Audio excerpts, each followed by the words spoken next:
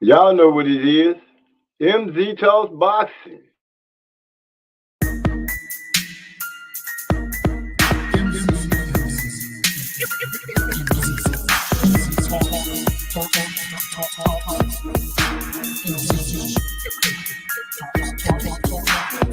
Let me make this abundantly clear.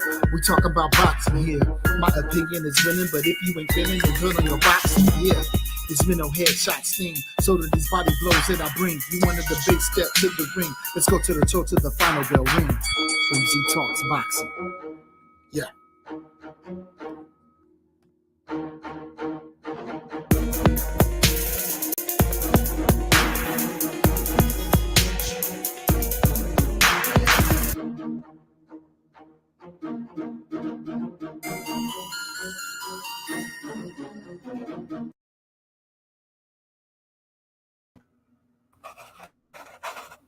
Welcome back to another episode of MZ Talks Boxing.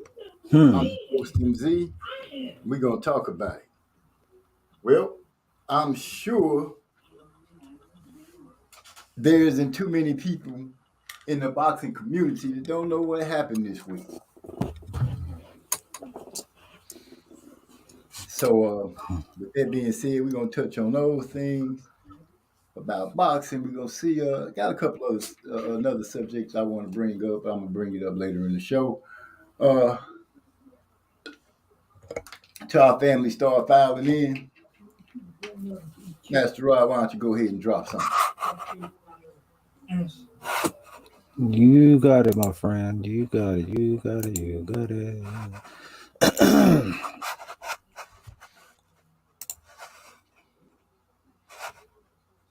Oh, come on now. That's right. Okay. Here you go.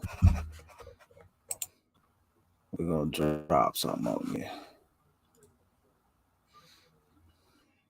Everything want to run slow. Everything want to run slow. Okay, so while we have a Here we go. Here we go. This your one and only RA Productions music. Another collaboration. OB, MZ. Y'all ready? We about to drop it right here, brothers. All we do is drop a hot shit. Yeah, we coming through. Let it come up off the pocket. Cause the wind is due. And if you really wanna hold it down and represent the crew, honk your horn to the time drop. Let them know how we do. I hear them niggas out here plotting on me. Y'all know what it do. Them bitches that be riding with them, they can get it too. Hit that horn 2 times for them, but you ain't Debbie Miles. Got you running the Dr. Lee straight when they changing up your style. Make it hard for you to breathe and everybody on your late. This here that gangster movie with needles stuck into the table. Master Rod hooks the track on you, OB drops the hook. And some of DMZ to come and leave you niggas shook. Like when you found out the Pac died, Biggie got shot. But George Floyd died underneath that car. It's been a minute since I reached out. Speak about anything banging on the track, make it bleed out. I make them marvel when I come through. Walk into the booth with a verse that it cuts through the whole crew. Now they reaching for their pens, rewriting their verses, calling their partners, MZ is back. All we do is drop that hot shit. Yeah, we coming through. Let it come up off the pocket. Cause the wind is due. And if you really wanna hold it down, represent the crew. Honk your horn to the time drop. Let them know how we do. I bam bam like Bigelow. Start the beat like a gigolo. Slide beat on the cheek of a silly hoe. That baby I need that shit in here. Fuck horses, I'm at the Pegasus. Make grease so I know what the medicine is. We are life sedatives, cause we competitive. All motherfucking relatives. As it tells it is, it's a snatch you is. The amount for the ransom is. 1 million presidents. Give me the money, it's evident. We can run it with smoke, start bleeding the fence. You're feeling way out of your elements. I feel like the truck of an elephant. You feel like I'm under the sun. What? Hey!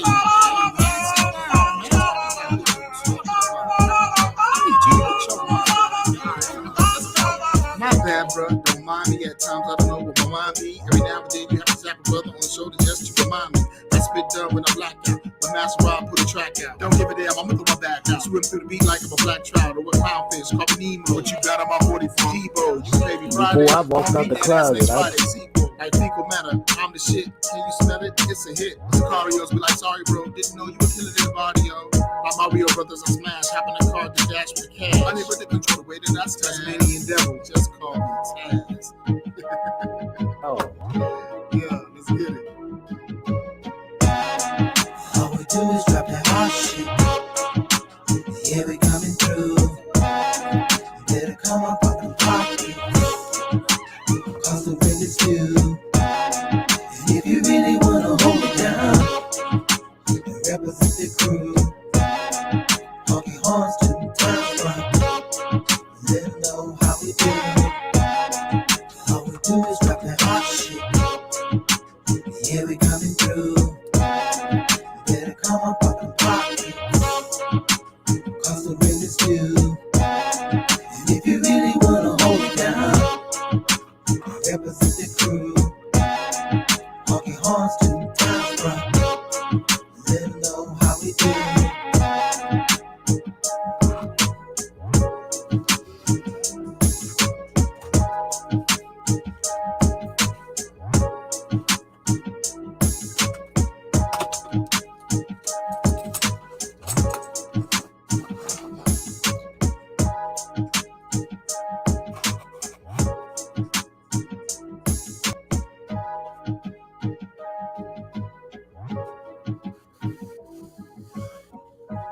That was dropping hot shit by the Track Titans. Y'all know what time it is and how is it going down right now. We're gonna have us a good show tonight. We're gonna kick it with our fam. We're gonna talk about something wicked this way comes when it comes to this fight game. Errol Spence, Terrence Crawford.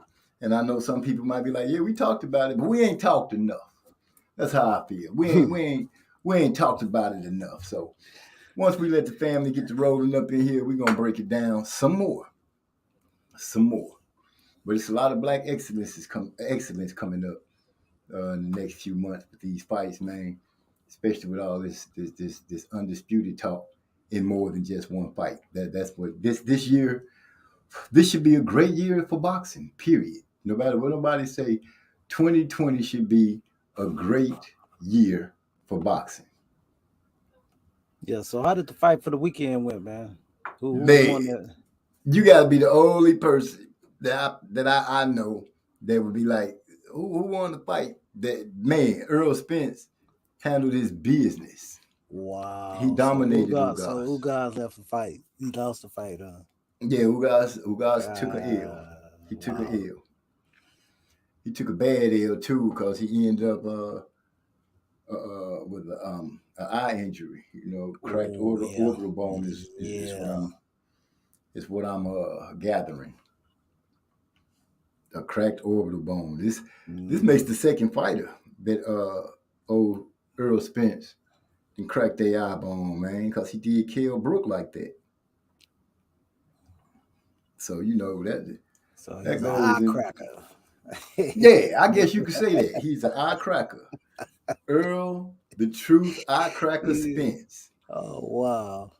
The big fish. You know what I'm saying? That's what he called himself. The big fish. The truth.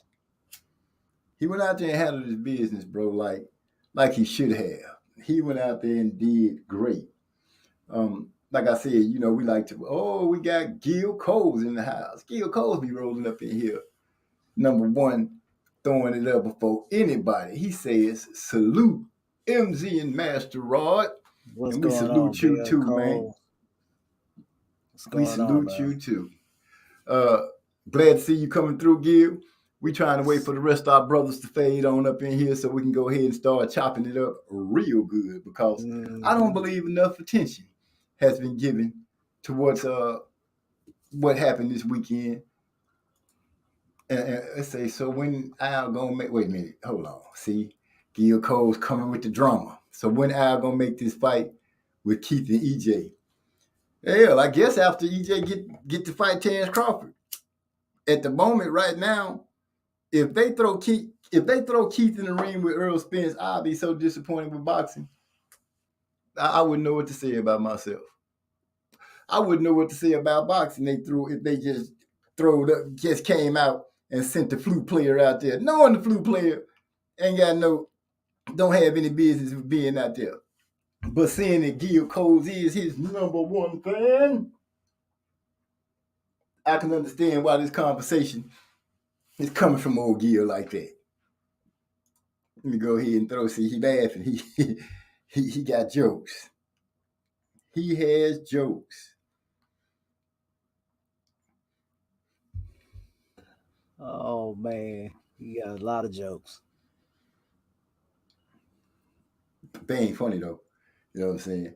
Hey, Gil, seeing that we got you here and we talking about it, Earl put a beating on Ugas. Gil Cole say Earl put a beating on Ugas.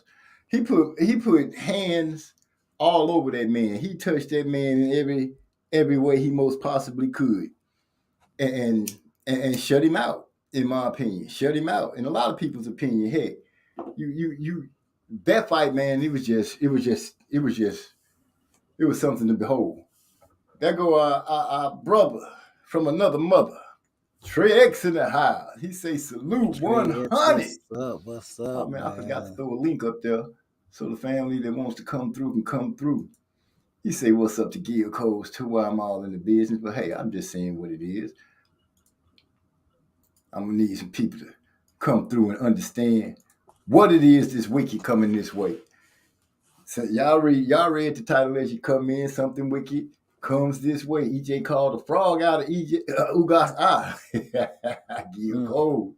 He called something about his eye. That mud was dripping blood and everything. It was a man. Earl, what you call him, Master Rod? Earl the eye cracker? The eye cracker. Earl the eye cracker. Cracking eyes, man. He around here just taking their eyes out, man. Come on, man. There it is. Punching these boys and breaking their face. He's a face breaker lately. As you say, he called himself the big fish. Yep, this is true. Wow. And Terence Crawford said he's fishing. You know what I'm saying? Last time I seen him, I believe y'all got this gas going. Oh, you got that gas going, man. Look here. I got some apple fritter over here. Yeah, the last time I seen Terence Crawford out there in his boat, they had him a picture. He had a big catfish, man, sitting up there holding it, showing it for the camera. Yeah, and I believe people was like, yeah, he caught the big fish, but no, he did not. That is not the fish that Earl Spence is proclaiming himself to be. I believe he is proclaiming himself to be a great white shark. Wow. Something like that. Yeah, that's a big fish. Yeah, that's a big fish. That's right. And it's blood in the water. But I can tell right now, a lot of the fans, a lot of the people we know, when it comes down to this Earl Spence and Terence Crawford fight, it's going to be a slight split. You know what I'm saying? Some of us are going to be on Team Crawford, and a lot of us are going to be on Team Spence. And we're going to be throwing banter at each other. We're going to be talking noise. It's going to be a great time. It's a great time for boxing right now. If anybody thinks different, then they might as well go ahead and start watching some other sports. For real. I'm just saying it like that. They might as well just go ahead and do it like that. Gil Cole said, yeah, hopefully EJ versus Bud is next. I've been hearing, I've seen a few people make videos that's putting that doubt energy out there, man. They like, man, I don't know, man. I don't know. Coming up with scenarios. And I'm like, where you get that from? You know what I'm saying? And a lot of the fans that have been so vocal, and I'm bouncing this off of what the fellas was talking last night over at Marlowe's Corner. A lot of these fans, and content creators, their whole thing was just glad that there was a lot of excuses being made, or where they can, oh, your man ducked this, or this guy ducked that, or he said this, or he said that. All that stuff is now out the window. You know what I'm saying? We're all sitting poised to see if if these men words that they spoke are going to be true and come straight out. Trey X said, put Thurman in with Stanionis. What you got to say about that, Gil Cole? I'm hearing that, yeah, put Keith in there with him. See that, and say Keith get the winner of Crawford and Spence. That I think that's a good look. Not only would it give us an undisputed, but it'll also give us an undisputed that defended his titles one time. But I'm almost willing to bet the undisputed fight with Earl and Terrence. I wonder if they're going to have a rematch clause. It's a possibility. You know what I'm saying? This is the number one and number two guy. Arguably, I can't even say arguably. There it is. The best two welterweights in the world right now. Some people feel like it's the best 2 pound for pound boxers in the world right now. So we have to see what's going to go on with that. But that would be nice to see him have a hell of a fight and then do it twice. That would really be something. I know some people would be like, man, I'm not trying to have that many pay-per-views. But shoot, I think I would watch, especially if they come out and be virtuosos like we know they can. If Earl comes out and fights the way he fights, and Crawford comes out and does it the way he does it, you know what I'm saying? We are bound to see a great fight unless somebody's game just shuts the other person down. But I think Earl Spence and Terrence Crawford are strong-willed fighters. They are warriors in mind, body, and soul. So I don't think we'll see somebody just getting totally dominated. But, hey, I was wrong saying that I didn't think Spence would just totally dominate Ugas. I felt like he would beat him, but I didn't think he would beat him in that manner. You know, I thought Ugas would be able to make a better account for himself. But with that much pressure and that many punches being thrown and you not getting a chance to breathe and get room for yourself, it could be bad. Mm-hmm. And don't get it wrong, Ugas did get some good shots in, you know, as any professional fighter worth his salt would, but it was just too much for him. Just too much. Yeah, Cole's funny. Thurman versus anybody who want it. Man, Thurman don't even want it right now, Gil Cole. I'm sorry. I just got to put that on out there. Maestro in the house. He say, what's up, fellas? We say, what's up, back 100. Salute. Let me see. Trey X says Spence versus Stanionis is a high action fight. But they'll have to that high action would have to be after Crawford and Spence. I don't even want to entertain the thought of Spence or Crawford fighting anybody else but each other. I can't even entertain them getting in the ring with anybody else. But you know, that's just me. I've been waiting to see Crawford and Spence fight each other, but I've been patient enough to say, you know, I'm one of the people that be like, man, I'm sure I don't mind if they saving the best for last. If they feel like, you know, these are the two best fighters, nobody's been knocked out of the running by another man of any kind. So that works out great. We got our brother from another mother, King of Kings. Is that you? Because, you know, his internet be tripping. So flash the camera for me one time, bro. Let me make sure that we got the right kinfolk up in here. Talk to me. Yeah, it's me, brother. Okay. There you go, Kang. Let's go ahead and beat up some people, man. Yes, sir. Spence all day, every day. Hey, you know how it's gonna be. It's gonna be a riff, not a bad riff or anything like that. I'm just saying we finna have real big fun over there at the corner with Marlo and Trey X them, because you know it's a lot of us this team Spence and it's a lot of us this team Crawford. So I'm thinking that when we get a chance to all get together and babble off at the mouth, it should be great. It should be great banter between both sides of the corner. Yeah, you're right, man. Because last night that's why I was kind of like last night. I was like, man, let's stop worrying about what it could. Let's just look forward because it's coming, bro. I'm excited, bro. Like to the point when I hear the weekend they got that fight coming on, I might just take a whole week off work and do nothing. Ooh, You boy, feel me? just sit back and put your feet up That's what I'm and, saying. and Sip just on wait something. for it to come, huh? Yes, sir. Man, I feel that, man. It's gonna be something great. Tracy, I'm talking about Stanionis versus the winner. Okay. Then he hit me with the Pecos. I got you then, pimping, without a doubt. Hey, anybody can get it after they have their fight and the winner shows up. Anybody can get it. Anybody. And I'm gonna say I'm gonna talk noise for Spence. Now somebody else can talk noise for Crawford. You would be my guest, but right now I'm here to bring drama the best way I can. I'm gonna be the cause we all pretty much agreed last night. Those guys 9 times out of 10 aren't gonna do too much talking. All the talk gonna come from their respective sides. Yeah, that's the thing about it, man. Is I just they're not like that in the public, and I know the reason why. You know how it goes, but damn, man, like I said, we like I said, us as a community, black folks, man, it's enough of us. We like that type of thing.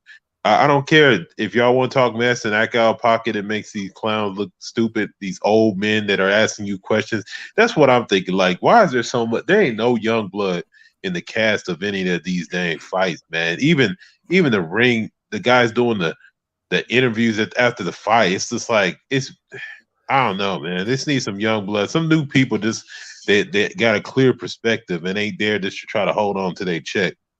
I want them just to go hard. Like I said, I seen when they faced off and they met up, and Spence had that hoodie on, and I know that look, man. Yeah, I know that look when two dudes are looking at it like that. I seen that look enough time to know that's real. That's real. You know yeah, when he said, yeah, I knew you was gonna be here. That's why he said I knew you was gonna be here, and I pulled up anyway. That's I was like, I'm just enjoying it because I've been watching that video a lot myself. Just to hear him talking, I went back and watched. Crawford talking noise when he was out there in that water talking about he looking for the big fish, but they bleeped out when he called him a bitch ass nigga. Where your bitch ass at or something like that. He said. So I'm like, yeah, those are the things that I need to be hurled out at old Spence to get his juices flowing. Get his they did that the other night, man. That because they showed that video where they have a video where Crawford's watching that fight, and they show him watching when Spence calls him out, and then of course I don't know who that dude is that with Crawford all the time. He be, oh, look at this bitch trying to call you out. He just talking shit. I'm like, man, nigga, you. Hey, this is what they need to put in a contract. If Spence win that fight, one of his boys get to beat that clucking ass dude up. That dude get on my damn nerves. I know it's whatever, but like, yo, shut up. You keep talking. He be talking like he the one gonna be doing the fight, bro. You part of the entourage. You the one that when what's the day when David Waynes threw his ring on the floor, you was fighting over the shit till he wanted it back. You one of them dudes. Man, let that man be Terrence Crawford's Flavor Flav, man. He just out there doing his job, man. True talk. He just doing his job. No, but Spence, look, man, even like I said, that conversation, Spence don't be bringing a group of people with him. You know what I'm saying? He be coming up there looking like he by himself, or whoever he got is quiet as hell. And every time I see Crawford, he got 4-5 dudes with him. I'm like, damn. Those got to be his boys, you know what I'm saying? And I feel that, his boys riding with him, he letting his boys ride. And I appreciate that, that they still messing with the same cats and everything like that. And another thing, that I found to be a good move is when Spence walked out there with the guy from Dallas, and he was like, yeah, this is like one of the hottest songs that came out of Dallas, and I want to make sure that I can get these guys seen as much as possible. So he's not just doing things just to be doing them. He actually, from listening to him, he has a reason for the moves that he's been making. Hey, that 24, whatever that show is they have on Showtime, where All they go Access. around the fight. Yeah, All Access. When Errol Spence, like the thing about it, I think what people don't understand, this isn't Pacquiao Mayweather. I think this Spence is right now is the best version of Spence. Because if you see how the whole reason why he was talking about why he got a farm, and the problem was when he wasn't training or when he wasn't prepared for a fight, and especially when you only fighting twice a year, if not once a year, he had a lot of idle time, and we all know that idle hands is the devil workshop. You feel me? So he literally bought a farm just so he could have something to do to keep his peace of mind and stay busy, stay active, stay focused. Like he ain't got no distractions. He literally moved off into the middle of nowhere. But the one thing he was trying to avoid doing, and he is comfortable there. He's at peace at his heart, but he hungry as hell. And that's dangerous, bro. I'm just trying to tell you, that's dangerous. I think it's a beautiful move that he kind of secluded himself to reboot his mind into boxing and to dedicate himself more into boxing. If he got to be out there taking care of those animals, there's less time for him to be out there in those streets and accidentally doing something that won't mean any good for him at all. Mm-hmm. Yeah. Well, see, a lot of us don't. We didn't lost our connection to nature, but people say that having animals, taking care of animals, or having animals around that is good for your spirit, man.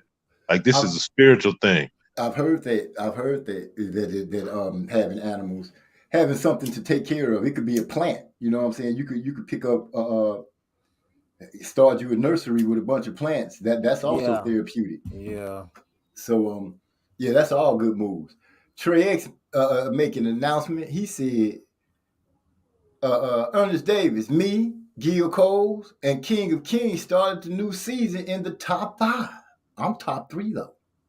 Salute to Trey X. Getting the bonus point.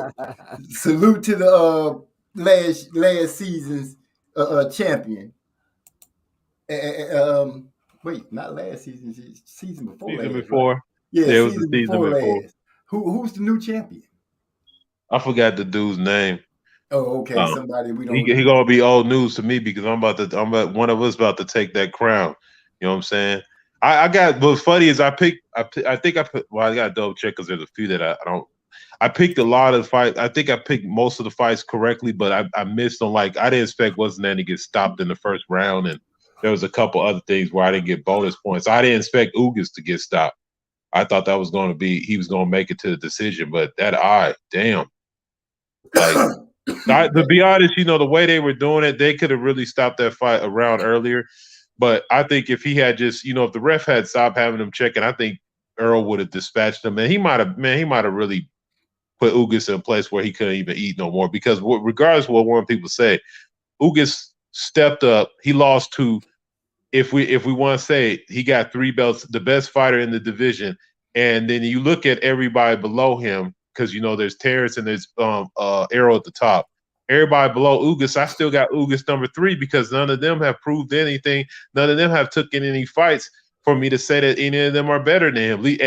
And him, I'm not going to penalize him by testing himself against the best dude in the division and losing and going out on his shield. So he's still number 3 to me. So tell these young dudes, show me something. That's just where I'm gonna keep them. I feel you on that. The youngsters are they're vying for their time. They steady trying to get their name thrown out there. But it's hard to say. If Terrence Crawford, say he wins, I'm playing the other side of the fence slightly, but say Crawford wins, right? Do you think he is really in a hurry to move up to 154, or do you think he'll try to defend at 147? I think, to be honest, it depends on what the path.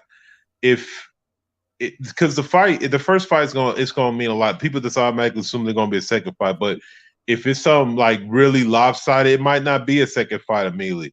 I think a lot of them contenders,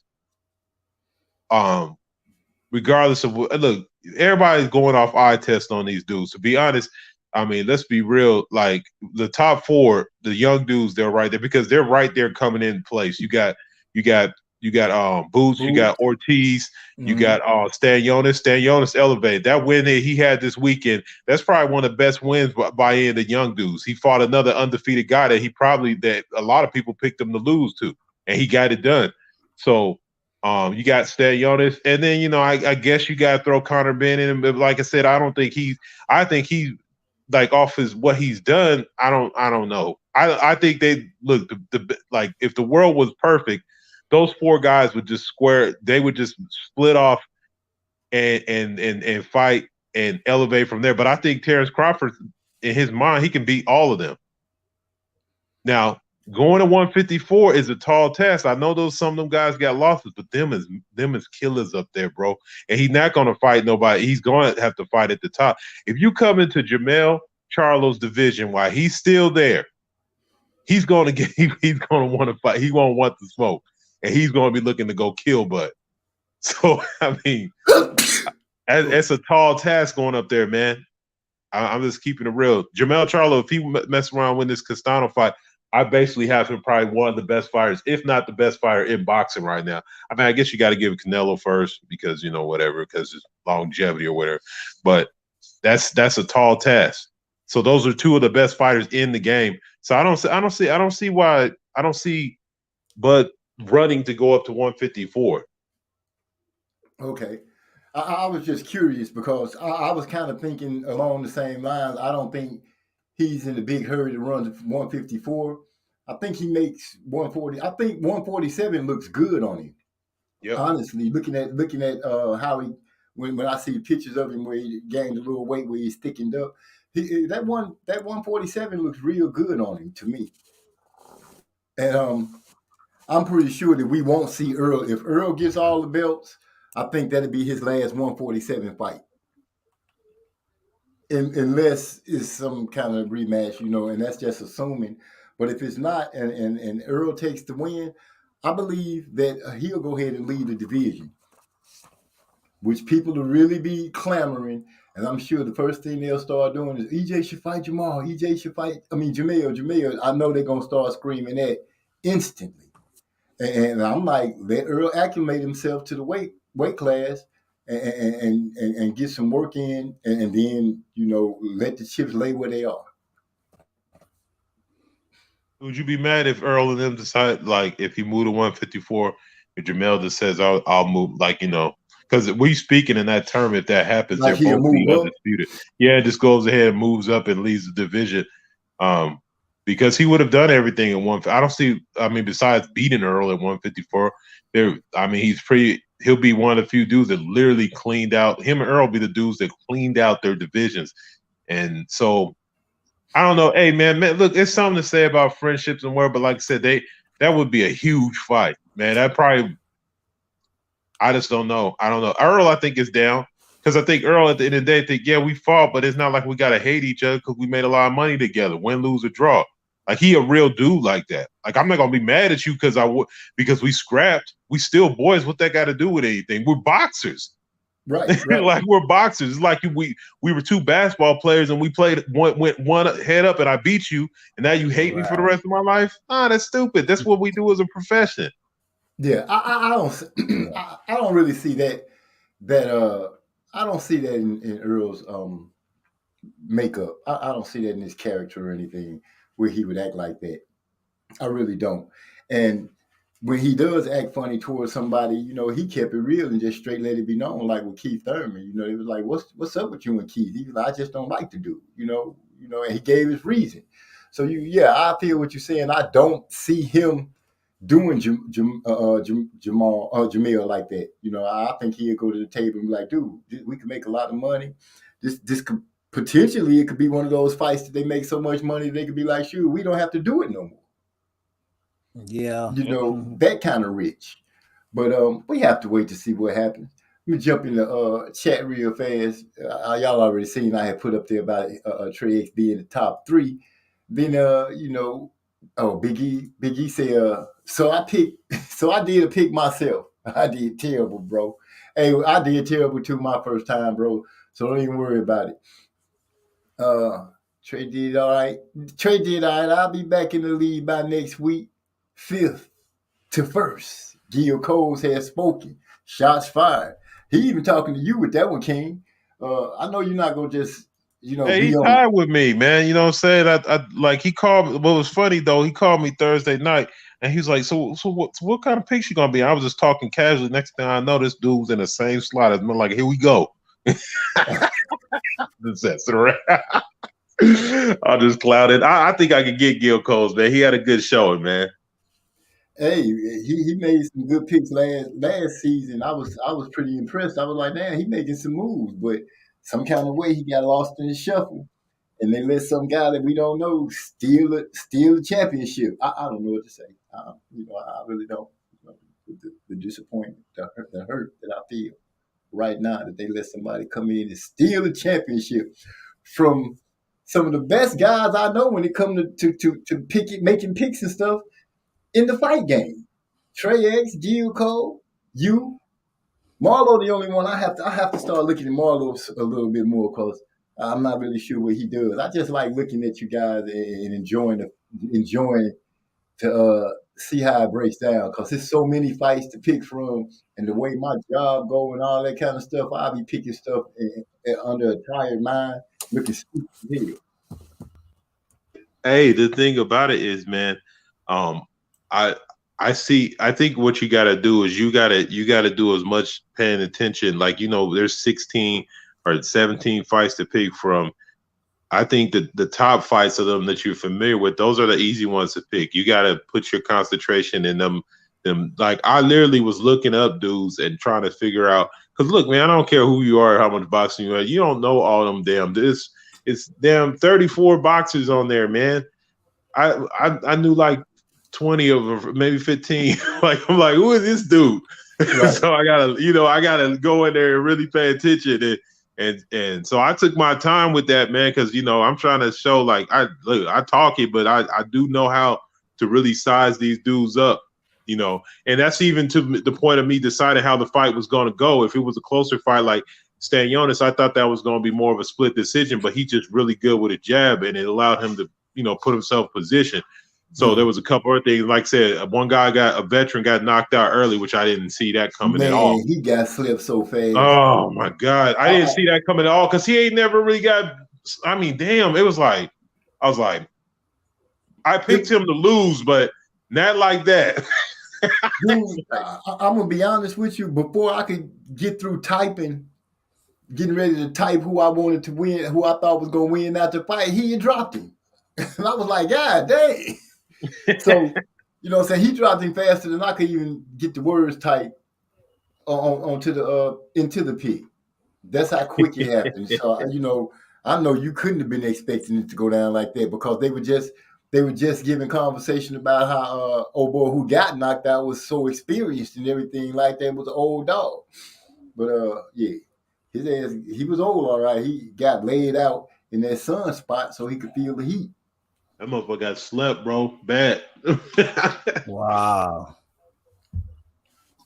He got slid, not just slipped. Trey said he's saving his trash talk for after the win. I feel you, young man. Say your trash talking to after the win. That way you could really say it with your chest. And I'm a bag. You know how I'm gonna toot the horn and be blowing the horn, saying, "Yeah, we got the champ in the house." I thought I was going to do that for Gil Coles, but some kind of way he slipped on the banana peel. He fell for the banana in the tailpipe. The okie doke. You know what I'm saying? He ended up not getting it. So maybe better luck next time. EJ just needs to stay out of them clubs. That's what Gil Coles said. Well, him getting that ranch and all that those animals out there, I believe that will help him taper off. You know what I'm saying? Because most of the time a club is just because your mind, and as you say, your hands got idle. Your mind is idle. You trying to find something to get into. Now, if you're young and single and all that kind of stuff, it's bored, bro. But look, these dudes don't. Man, I won't keep these fools be bored, man. When you got a lifestyle where you can pretty much do whatever you want, shit get boring, man. Now everybody can be like Floyd, and he'd be like, man, you know what? I don't want to go. I'm about to leave the club and go run. You know what I mean? Everybody's built like that. You know what I mean? So You know, so he was out there having a good time. He's young, he's rich, he's a fighter. You know what I'm saying? Like he just out there. I mean, let's be honest. A lot of us would be acting that stupid, but we was that age and got paid. And then on top of that, I can fight too. Man, please. You know damn well, Gil Coach, you be a goddamn monster. So he matured. He grew up out of it. You know what I'm saying? He realized like, you know, his longevity was based on him being mature. You know what I'm saying? He almost cost him his life, but you know. It ain't his time to go, man. He still got things to do. So he focused in. Even now, when he was talking about he got nutrition, they said he's like, man, I should have been did this. Being cheap and shit. Like he understands like he was getting by just on natural skills. Now he can elevate, man. The nutrition, like I've seen a dude, he cooking them good meals. This dude made weight like it was nothing. He was not tired. And it's funny to me, because I know you might remember this, NCT. At one point in time, they were calling Earl Spence a fucking weight bully, but the two dudes he done took titles off was bigger than him. Ugas is a big dude, man. So yeah, Ugas did like he was pretty big. Looking at him, especially at the weigh-in, he just his midsection, his torso looked like it was thicker than Earl's. Earl got a long torso. I've noticed that about him. He got a long torso. Well, you even take, and the other dude I'm talking about, he fought that was big as hell is Kell Brook. These dudes is at like 147. Kell Brook was a weight bully. That's what I'm saying. He a weight, like you want to talk about weight bully. I'm looking at this dude. I'm like, these dudes are comparable. He's kind of in the middle. And let's not get twisted. Terrence Crawford may be long, but this dude ain't small either. You know what I'm saying? I heard he walk around at like 170. So like like I'm just excited for Earl because he's matured. Like, you know, a lot of people are down, you know, the Blu-ray thing, but he evidently got somebody in there now that he's comfortable with between his nutritionist and stuff, and he's elevated because like I said, I love Trey X calling that fight. Oh, three, we call that the 33 to the point he just like, man, I'm just gonna tell you, he just putting all kind of blows on. He ain't even no point in calling it. I was like, oh, he hit it tonight. The 4, the 6, 3, the 30. Oh, the 5. Man, damn. Okay, look, he just getting his ass whooped. Yeah, man. He started calling it like that. I was like, oh, we finna enjoy this one tonight. Man. And then they was just battling, and he was calling, and I was like, yeah, it's going down tonight. Oh shoot. Y'all go ahead and cook for a second. Let me go grab something real quick. Yeah. No problem, homie. So, but what you got on, homie? I'm about to drop something here. Gil Coles. This your boy Master Rod, man. I'm dropping this for you, man. Check it out. Let me know what you think about it. You feel me? That's what's up.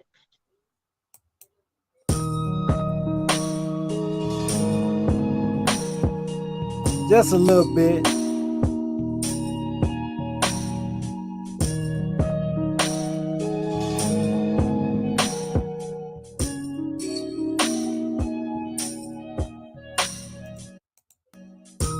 Nowadays, people talk that talk, but if you wanna make a difference, better walk that walk now, man. Walk it right, walk it left, walk it right, walk it left, walk it right, walk it left, walk it right.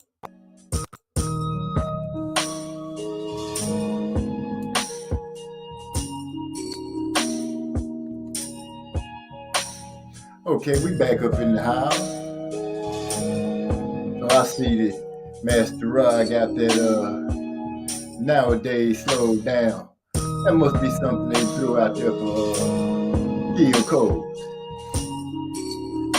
But picking up where we left off at, we got Trey X. I know he came out to Big Tuck Southside, the realest. Yeah, that's the song that he came out there to, Gil Coles. Okay, they were pretty much talking to each other. Trey X gives a good one. He says Conor Benn versus Kell Brook is a good test. I don't know. No, sir. Kell Brook seemed to like, you know, after both of those eye injuries, I don't think Kell Brook really want no more smoke. I think after he got his chance to beat up Khan, I think for him, that was the top of the pile. I wouldn't be surprised if we look up and Kell be like, maybe one more fight and be like, man, I'm done. Now, Well, Kel wants he wants 10 mil for that fight. And the reason he wants 10 mil for that fight, which I fully think he's justified for asking his reason, is because he sacrificed a lot to put Eddie Hearn on the fucking map. That Triple G fight was that was Eddie Hearn trying to make something big, and he went out there and he put that sacrifice in. And so now basically what you want to do is a guy that is basically known. Yeah, he got some power, but the reason we know it's in the Conor bin is because of his dad. And so you want to give him a legitimate name on his record, you got to pay for it. And maybe not 10, but I'm like this. If Crawford and them came up with $7 million to get Khan to get knocked out, Eddie Hearn can come up with $7 or $8 million to give give Kell Brooks so that he can put a name on Conor Benn's record. Because what I be seeing is, because I noticed there's somebody talking about this the other day, which is a good thing, is like how they've been doing Gamboa. They're marching Gamboa out there so that you can look at somebody's record and see, win over Gamboa. Right. You know what I mean? And it's not even like Gamboa is competitive in these fights, man. They just, he has a win over Gamboa. Gamboa ain't been good since he fought Crawford. And how many years ago is that now? Yeah, when Crawford had him just leaving his feet, he was uppercutting that man and knocking that man's ass all over the place. So that's what Kell Brook is looking at as his destiny right now. And it sounds like he's willing to do it, but you're gonna have to properly compensate him. Like that's all this too. You can't give him talking about giving him no $1 million so that he can be out here stretching his name, because he do got a little more leverage. He got losses, but he still, you see how many people showed up for that stuff with him and Khan, and so he still has leverage and he still has fanfare. So it's like, and he's coming off the damn thing he been wanting for a long time. Oh, impressive win where he got to whoop an arch rival's ass and talk shit on why he did it. So you want me to go ahead and make your young fighters, man? You gotta pay. And Eddie Hearn, you know how he is, man. So you gotta pay. So that's the only way I want to see that fight. If that fight happens and he gets properly compensated, and y'all know we ain't supposed to talk about the money, but I'm tired of fighters. Like, I'm tired of Eddie Hearn taking advantage of the fight game and fucking up fights and trying to build this next dude, because he's going to build Conor Benn up and then he ain't going to have him fight. He's going to try to wait till everybody leaves the division. He's not going to let him fight Boots. He ain't going to let him fight maybe Virgil. So I don't even want to think about it, man. Yeah. But you might not want to think about it, but it came up, so I'm sorry I put it on your mind. But I don't mean it like that. I mean, I don't want to think about if they try to just give him a like $500,000 to go up there and get beat up by Conor Benn. I want him to go ahead and get compensated. If he gonna get flatline, let him get some money in the process. Okay, I got a surprise. None other than Maestro stepping into the studio to bless us with his presence. What's going on, big bro?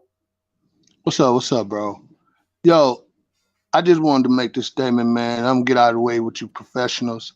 I really respect everything that all of y'all be putting down, especially my little bros, Trey X and Marlo. They set up is so great. And I met D-Lo and this dude here, King of Kings, but I like King of King folks. I like that. But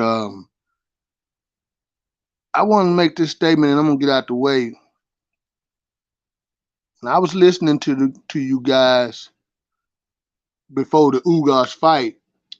It was a even thing with everybody. Everybody was talking about Ugas, Spence, and Crawford was all even, man. And then I just heard Ken folks say he still put Ugas at 3. Ugas don't deserve to be 3 because he got beat up. He got beat up, and he got to get down. He got to go down 2 more, to prove to me that he ain't shook. Then he can come back up or whatever. But I want to tell y'all boys, I appreciate y'all accepting my bro into y'all family like this and tuning in like y'all do for our family and for my bro, because this is different for us. And listening to y'all is great, especially when I be listening to little bro Trey X. My daddy loved that shit. And I respect that. I don't want to hear no bull about Crawford that's just gonna like Lil Bro had me nervous on that 60-40. You know, he was saying 60-40, 60-40. And I was like, 60-40? Ugas must be better than what I think, you know. But then it was more like 90-10. That boy got his ass kicked. And I don't respect that. You know, he did all that hoofla and all that, like he was finna come in and take care of his business, and he definitely got his ass kicked. Left out of that looking like Mum Raw. Damn. Never living, you know. So I don't, you know, want to hear nothing about that. When this Crawford and Spence thing go down, I wanted to ask y'all: is it a crow eating thing for the loser? Yes. I understand that, you know, that you know, but if it's a good fight, if it's a good fight all the way down to the wire, do the loser still have to eat crow? Now, Yeah, I don't get y'all crow things. Let me know what the crow thing about. the eating crow is because you lost. Period. It don't matter how good he fought back. If he lose and you roll with him, that's crow. All right. I just wanted to make that statement, and you know, Man, give it back to you professionals, man. And Trey X, little bro, I appreciate you, man. You got it, man. Gil Coles, I respect that, little bro, for real. And Derek Bailey, man, you know, I don't hear your voice, but I definitely see you all the time, and you be having some great comments, man. I'll be looking at it, and you know everything. Them boys be saying, "What's up? Who I'm thinking about?" Now look in the comment, Derek Bailey be already having your answer for you, you know, like so and so. Be like, that boy know everything, man. And you know, I respect D-Lo mine too. But I just wanted to, you know, holler at y'all boys and tell y'all boys, thank y'all for accepting my bro, because he really into this shit. We wasn't into it like he was, but I'm tuned in now, especially because I respect you boys, and I like hearing the comments and reading the comments and La D and everybody. So I just wanted to go. I'm out of here, bro. I ain't mean to get in your way. No, bro. Man, dang, thanks. I'm shook. Well, y'all heard it, you know, that's my big bro, that's Maestro, man, you know, and y'all heard it, you know, big bro don't really do too much talking, and when he just surprised the hell out of me. So, you know, when he said Pops love hearing Trez call a fight, come on, man, wow. So if y'all didn't know, you do know now that, you know, we got great respect for you guys, man. We love messing with the corner. We love chatting with y'all inside the chats and everything. It's just good. It's just a good feeling messing with you guys, dude. It's just a good, man. It's a good feeling, and I appreciate it because I've never walked away. I've never walked away from the corner and listening to a fight with bad energy tied to me. I've never had a conversation with any of these guys, be it on the microphone, be it texting, be it behind the scenes. I have never left their presence as far as being online and being able to communicate with them with a bad energy. It's always been good energy for me. I've always walked away feeling satisfied and enlightened about some things and just a genuine feel from people. So, yeah, salute to all of you guys, man, for messing with us. Yeah, So definitely 100% coming from Master Rod as well. I got to salute you guys because I don't know anything about boxing, but guess what?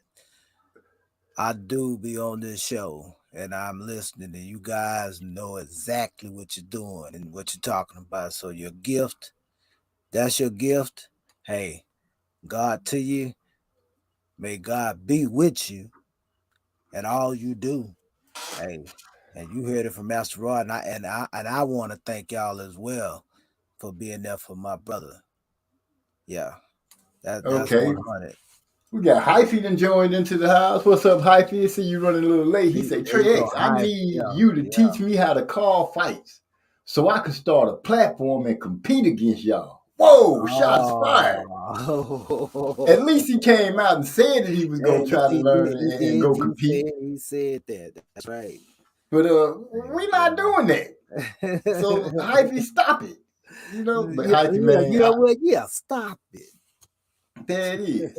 Let me see what we got going on. So now, I don't know what happened to our partner, our brother King of Kings, but you know, if you want to come back, come back. I don't know if you know his internet be just slamming him all around. Did I say that out loud? My bad. I didn't mean to say that out loud. Yeah, well, That slipped. Anyway, back on Spence and Crawford because I know what I wanted to say. The Black Excellent thing. When I spoke about all the different oh my goodness, undisputed fights and big fights that were coming up, I didn't mention it that Gil Hyphy gonna attack this as soon as I get to saying it. But the Black Excellence is showing up because in all of the big fights that are coming up, all of the big fights except for a couple, there's some Black Excellence in it. So I'm recognizing that even though they tried to shuffle the deck, change, move the goalposts, and get these belts, and all other hands save ours. Look how it's all set up, man. It's set up right now that every one of these big battles and good meaningful fights that people should be excited about, we are represented well. I just thought I'd throw that out there. And one of those things that come from the world is hit my desk. So you know how people record the police to make sure they're not doing nothing wrong. So the police in San Bernardino got smart and they started playing Disney tunes. And they in this neighborhood playing the music super loud. It's like late at night. They waking up kids and all this. And it just so happened that the congressman that's over that oversees the police department in this place lived in this neighborhood. And I'm willing to put somebody weighing something if they could tell me what kind of people it was the police was trying to dog out. So now, moving right along, I'll leave that out there and y'all let it come to you, and I'll look for the answer. Terence Crawford. Looking over on the side where Bud is, I can see Bud and his crew with the mindset of, yeah, we done moved up. We got another one coming in the house. Our brother from another mother. Y'all know the one they call the sharks and the seals and pelicans and anything else that's aquatic and eat aquatic stuff to the shoreline so they can listen to a fight. Introducing the champ from 2 seasons ago, Trey. Salute, man. I just wanted to get on it and eat my 40% of crow because I did say that was going to be a closer fight than what it was. OG said it was like 90-10. It was more like 95-5. That was pretty savage beatdown. You know what I'm saying? But I'm gonna say I did underestimate Earl, but I think he gave me reason to though because he ain't looked that good in a while. That's not the Earl Spence that fought against Sean Porter. You know what I'm saying? And you can just look at him on the scales. Against Sean Porter, he weighed in at 147 on the dot. If you look at the weigh in, he don't look as lean. He don't look as in shape. Against Ugas, 146 and a quarter. He came in looking lean and mean in that mug. You know what I'm saying? Had the pressure on that boy, work rate, putting a jab on the motherfucker, whooping his ass all over the place. So that he said that he got away from doing the things that got him to where he was. And he said he got back to that stuff and it showed. So salute to him, you know what I'm saying, for riding the ship, coming back the way he did and doing what he did. And it just feel good going into a Crawford fight that both of them are coming off a a peaking type of performance. You know what I'm saying? Right. So So I'm just, I'm trying to picture both sides because I know everybody heard me say I'm a Terrence Crawford fan, but not over Earl Spence. When it comes to them fighting, I'm riding with Earl, but I'm looking at everything that Terrence has to offer, and I don't know if I know he got that dog in him where he was stand there and try to bang with you, but I'm not for sure that would be the best tactic for him. Even though I see that when he does bang, he can go to the body, and he goes to the body easy too. For he don't really have to. It doesn't look like he really has that much effort when he goes to the body. But I'm thinking he's going to have to. He's going to have to have good foot movement and and be able to use generalship to keep moving around that ring. At no time can he allow himself to get caught on the ropes at all. And he can't let himself get outworked. He's going to have to be on the telephone all night and get shots in as Earl is shooting out. That's what I'm seeing that he has to do, and he has to do that all night unless he hurts Earl. And we've seen Earl get rocked a few times, but I don't know.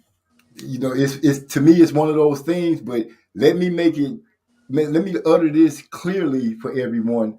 I'm just giving ideas of what has to happen. I am 100% riding with Earl. yeah, I'm riding with Earl, but I think that Terrence Crawford, he gonna have to mix it up. He can't just go out there and pure box and move because he gonna give Earl a lot of confidence if you do that. You going out there, you fighting scared, you act like you don't want to engage. That's gonna give this dude a lot of confidence, and it's gonna allow him to win rounds too with the aggression. And his aggression is gonna be effective aggression for the most part because he's gonna be finding you with the jab at the very least. I think that Terrence Crawford gonna have to have some times where he step too early and put something on him and let him know that you can get hurt too. It ain't just me that can get hurt off of her. You can get hurt too. Step to him, put something on him, and then get up out of there. Set it up again. Show him a different look. Get on the move. Show him some angles. And then step to him again. Put something on and get up out of there. You know what I'm saying? He can't just go out there and box a pure. Yeah, he can't just go out there and box a pure cutie type of fight. I don't think that's gonna work for 12 rounds.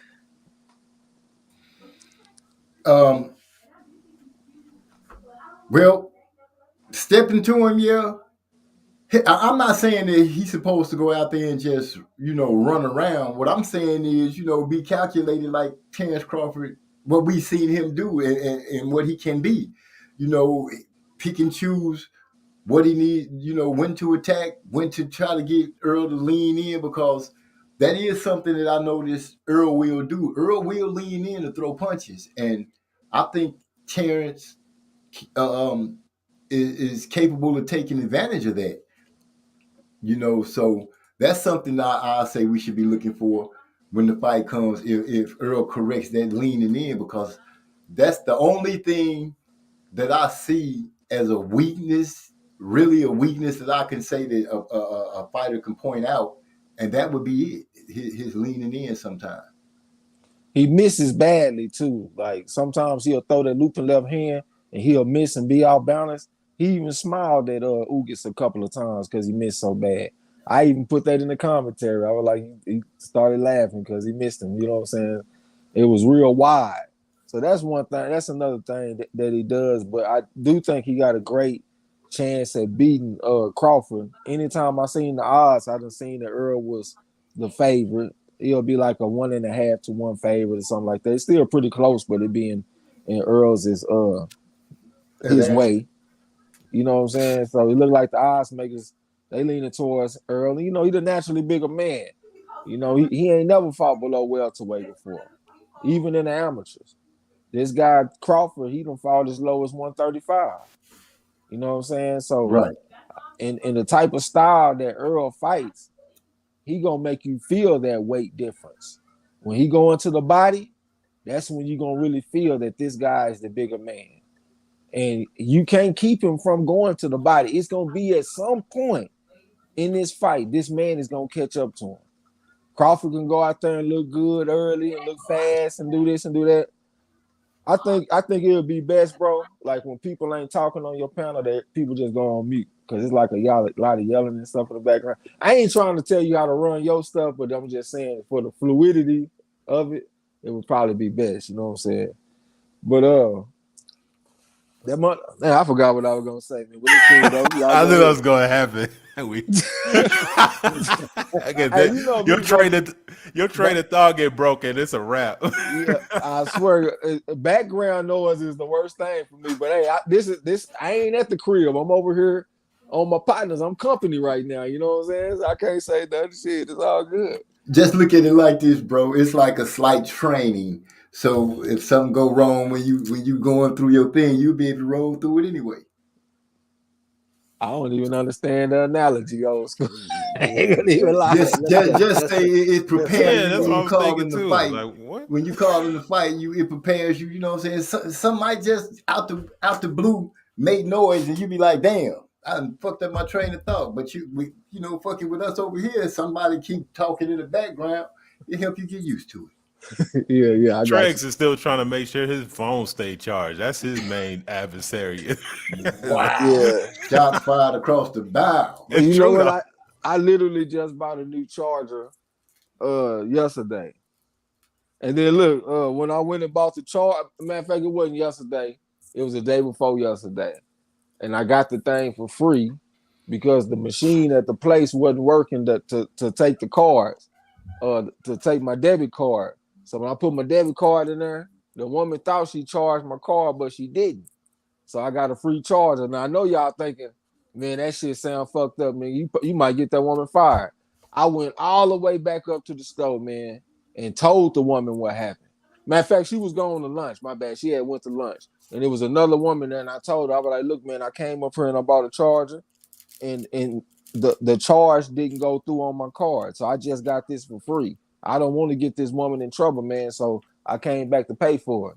And the woman was like, well, shit, let me see what I can do. She couldn't find a receipt or nothing. So it's like the transaction never took place. I'm talking about she all in the trash can. I'm going through receipts for her. I'm talking about I'm taking time out my day to not get something for free. But we ain't never find the shit, man. So she was just like, man, fuck it, free charger.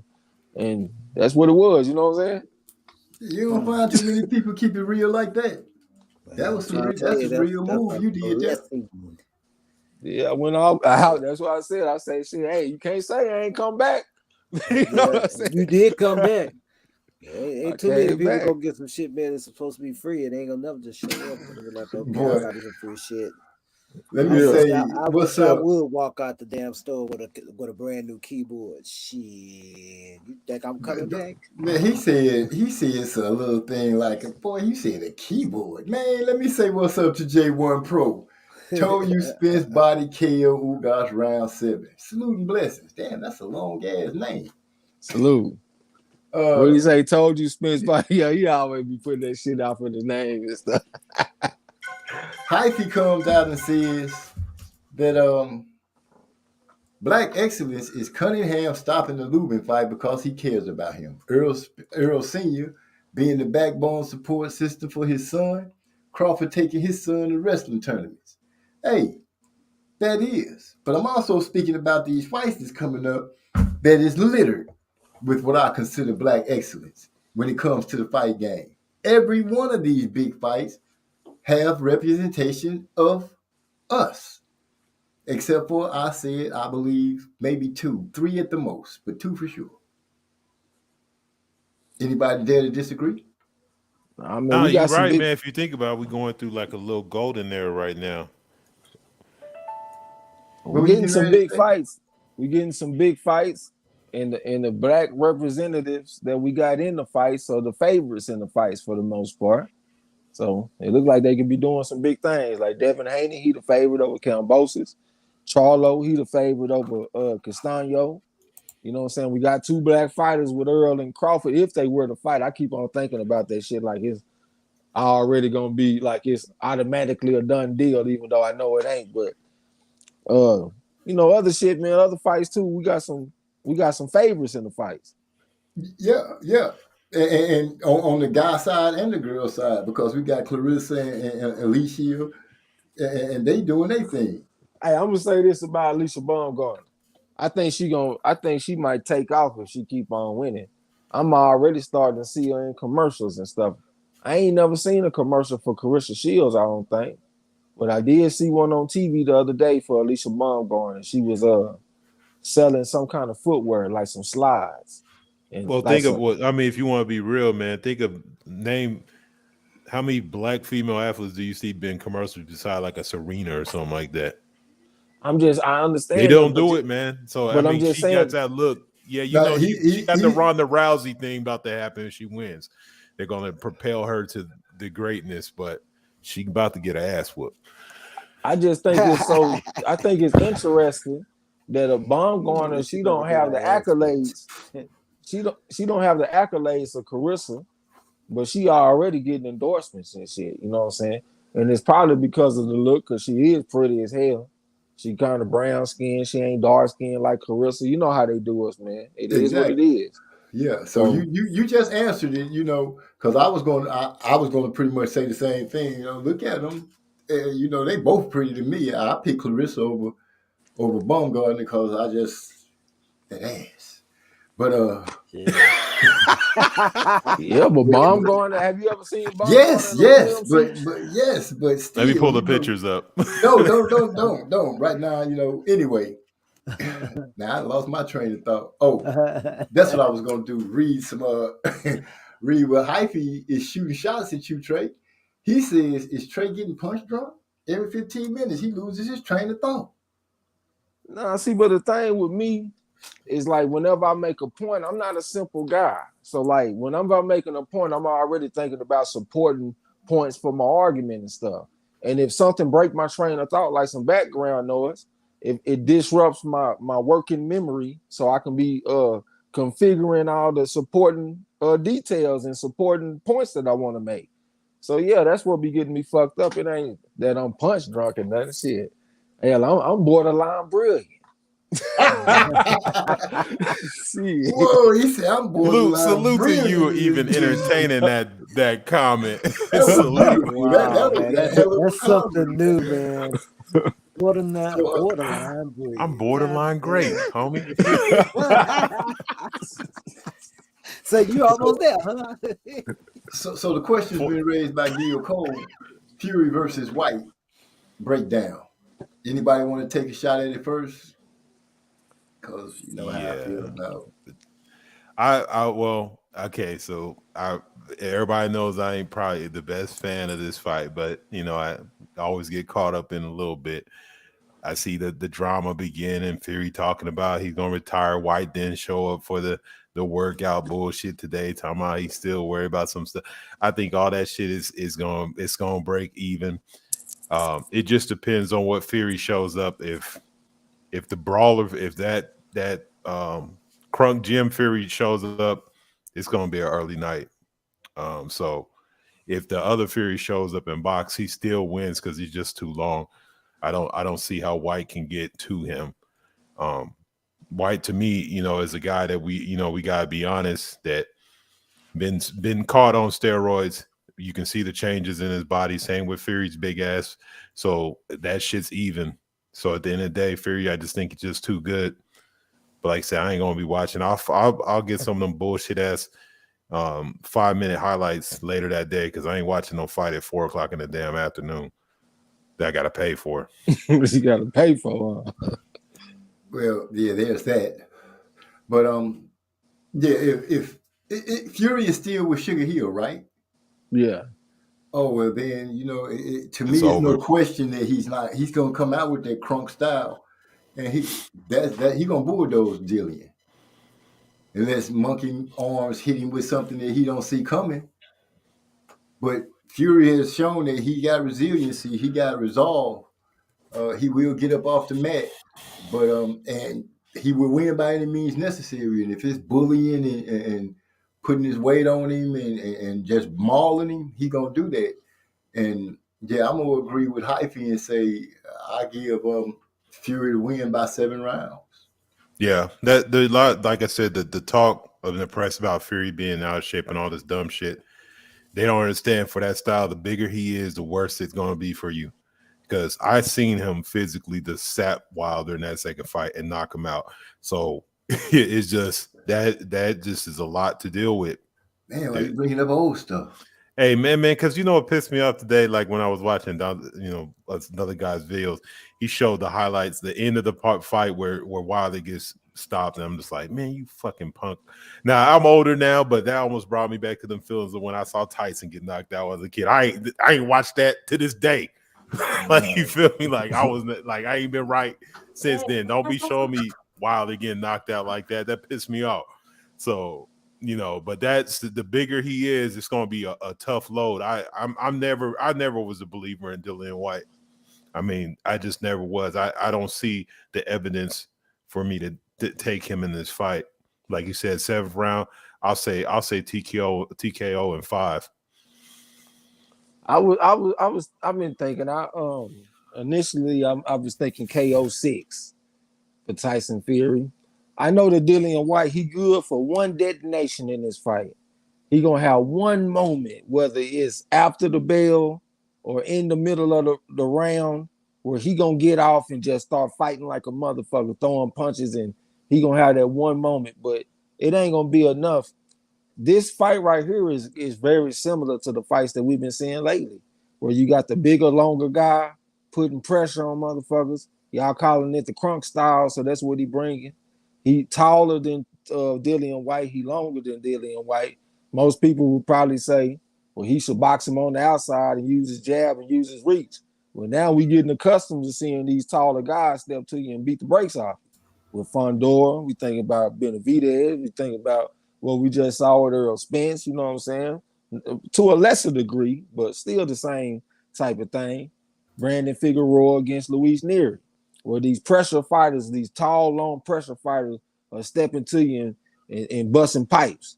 And Tyson Fury is even worse because he got the element of leaning on you. Like with these other guys, like a Fondor even, he was really finding short shots on Lubin. It wasn't really him leaning on Lubin and being physical. Tyson Fury, he gonna lean on you and put his forearm in your neck and get real physical with you and shit. And he putting the pressure on you, beating your ass. So I was thinking KO 6, but it might go a little bit longer than that because it's been taking the pressure fighters a little bit longer than 6 rounds to bust the pipes. I've been seeing 9 rounds and 10 rounds and stuff like that. But I was thinking KO 6 because the element of it being heavyweight and Tyson Fury being able to lean on his opponent and maybe zap the strength a little bit faster, maybe we'll get KO 6.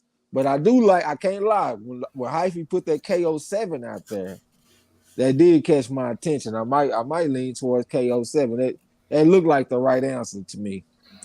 You know, now that you spoke on a few other things, I remember something about Fury that could cause it to end up being 6 or 5.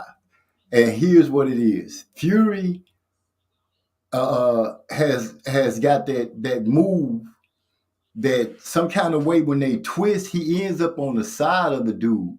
And if he catches Dillian like that, he going to catch him with that same shot that he uses on Wilder. He going to hit him right in that spot behind the ear. And I'm willing to believe that he's going to get that move in. He's pulled it in all 3 of the Wilder fights. And now that I think he has great success with it, I'm thinking it's going to be a part of his arsenal from now on. And with the weight and the leaning on Dillian that I'm sure is going to take place, look for that move to happen during that time when Fury is leaning on him and Dillian shows that little fatigue and he's turning around and he's moving on his feet slow.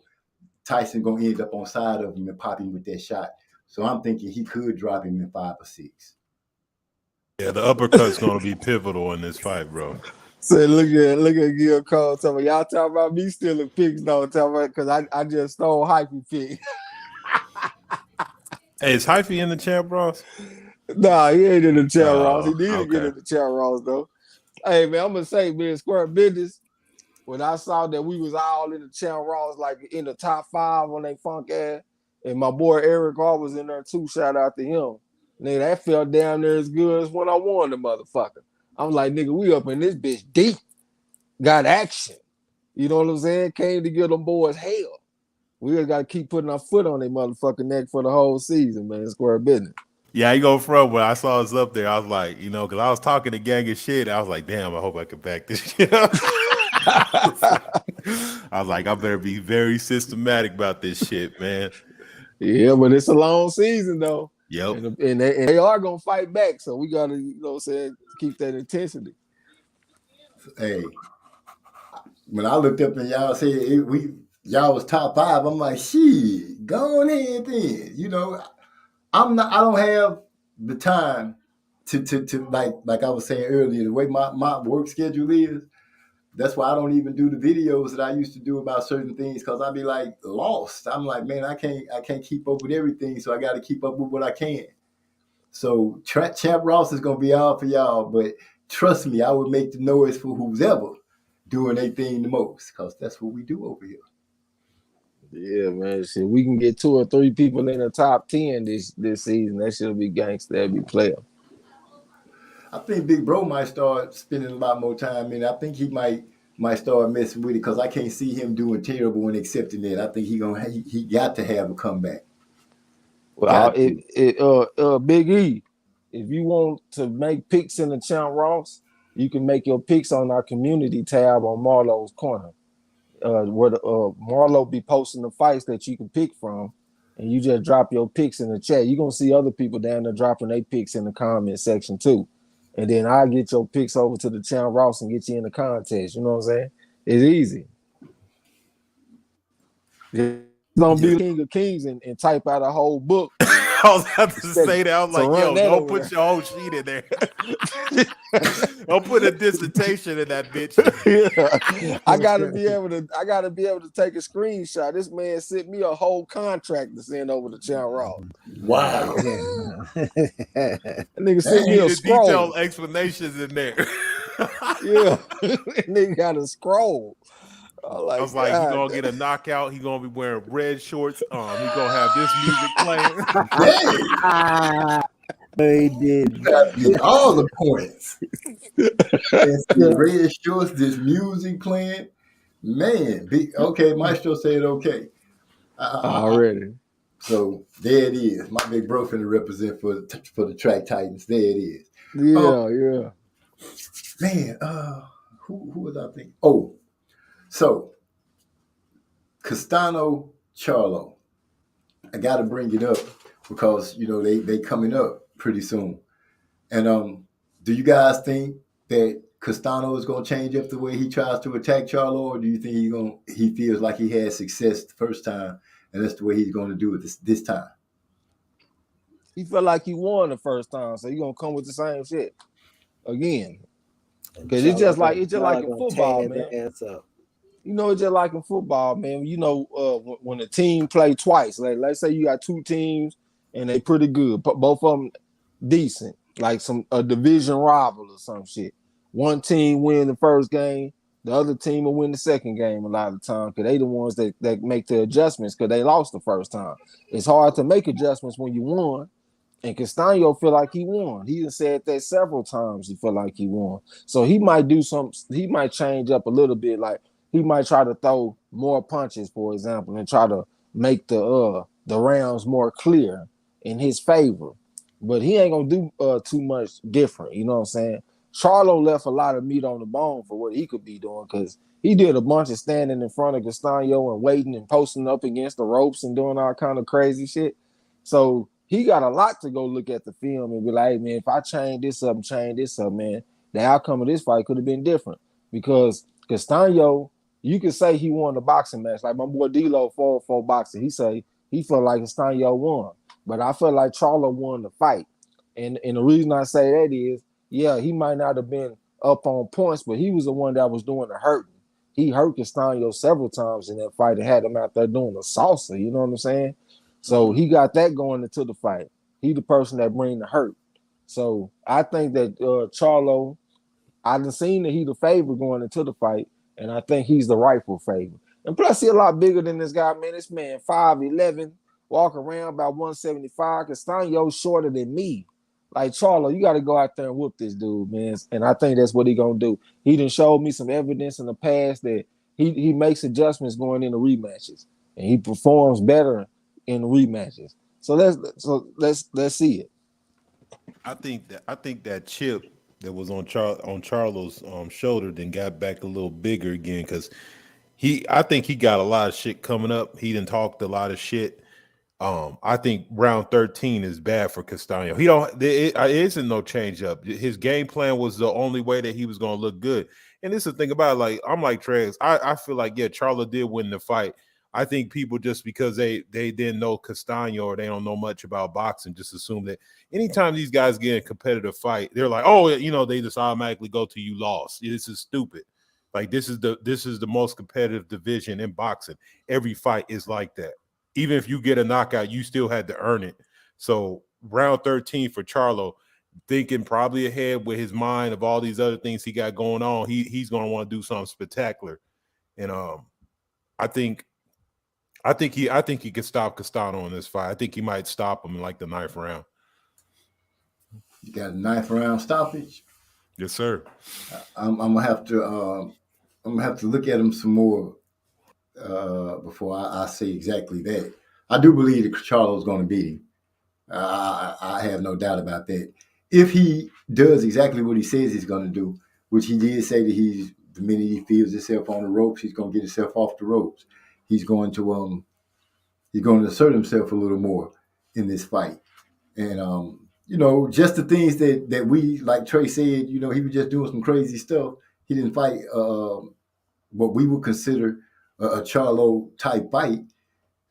I saw him in his fighter interview, and he was speaking on these same things. So yeah, I do believe, like Trey said, he went and looked at the footage and realized that, hey, if I had did these things different, I wouldn't have to even be worrying about this. I'd be undisputed already, and I'll be the king of 154, no doubt. So yeah, listening to him talking in his fighters meeting, he said those same things. He touched on those things that Trey said about being on the ropes, about not being assertive, not standing in front of the guy. He touched on all of those things, which leads me to believe that he'll be ready for the like Dear James said, and like you said, King, ready for round 13. Yeah, I think the biggest thing that makes me feel that way is, how he approached the second Harrison fight. Like, he realized, damn, if I had just been true and did what I needed to do, I could have beat this dude. And that's exactly what he went out there and did the second time. I think it's the same situation now. He looking like, damn, this is something I could have got done already. I'm about to finish this dude. I'm about to take care of business.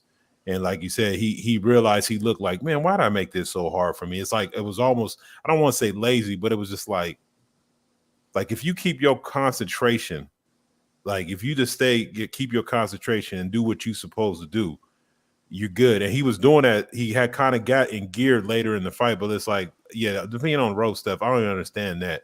Why he was even doing that. But yeah, if he forces the fight into the middle of the ring, he dominates this fight.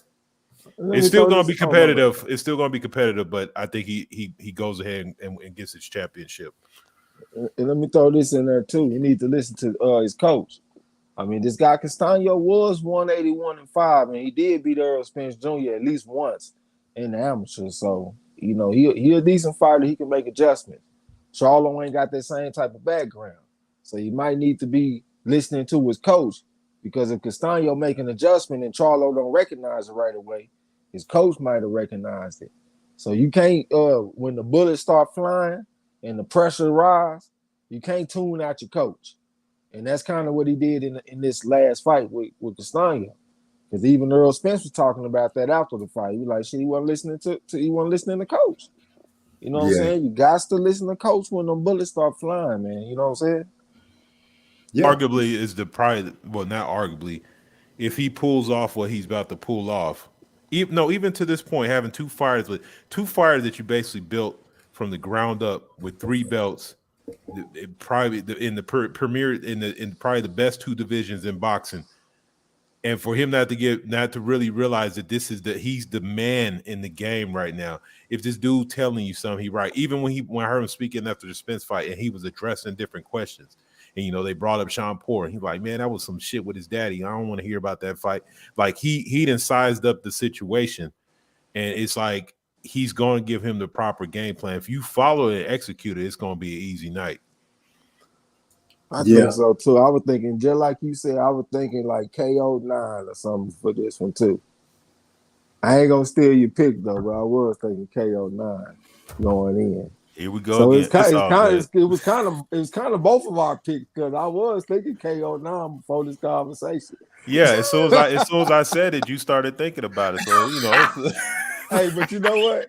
For this Chow Ross, I got like 4 KO 9 picks. So I'm just on some KO 9 shit right now. You know what I'm saying? You almost called it, man. Ugas 1 round earlier, and you would have had it on that fight. So no, I had the decision in that fight. Oh, that's Marlo. I'm gonna tell you why I almost had y'all though. That damn Apoche fight.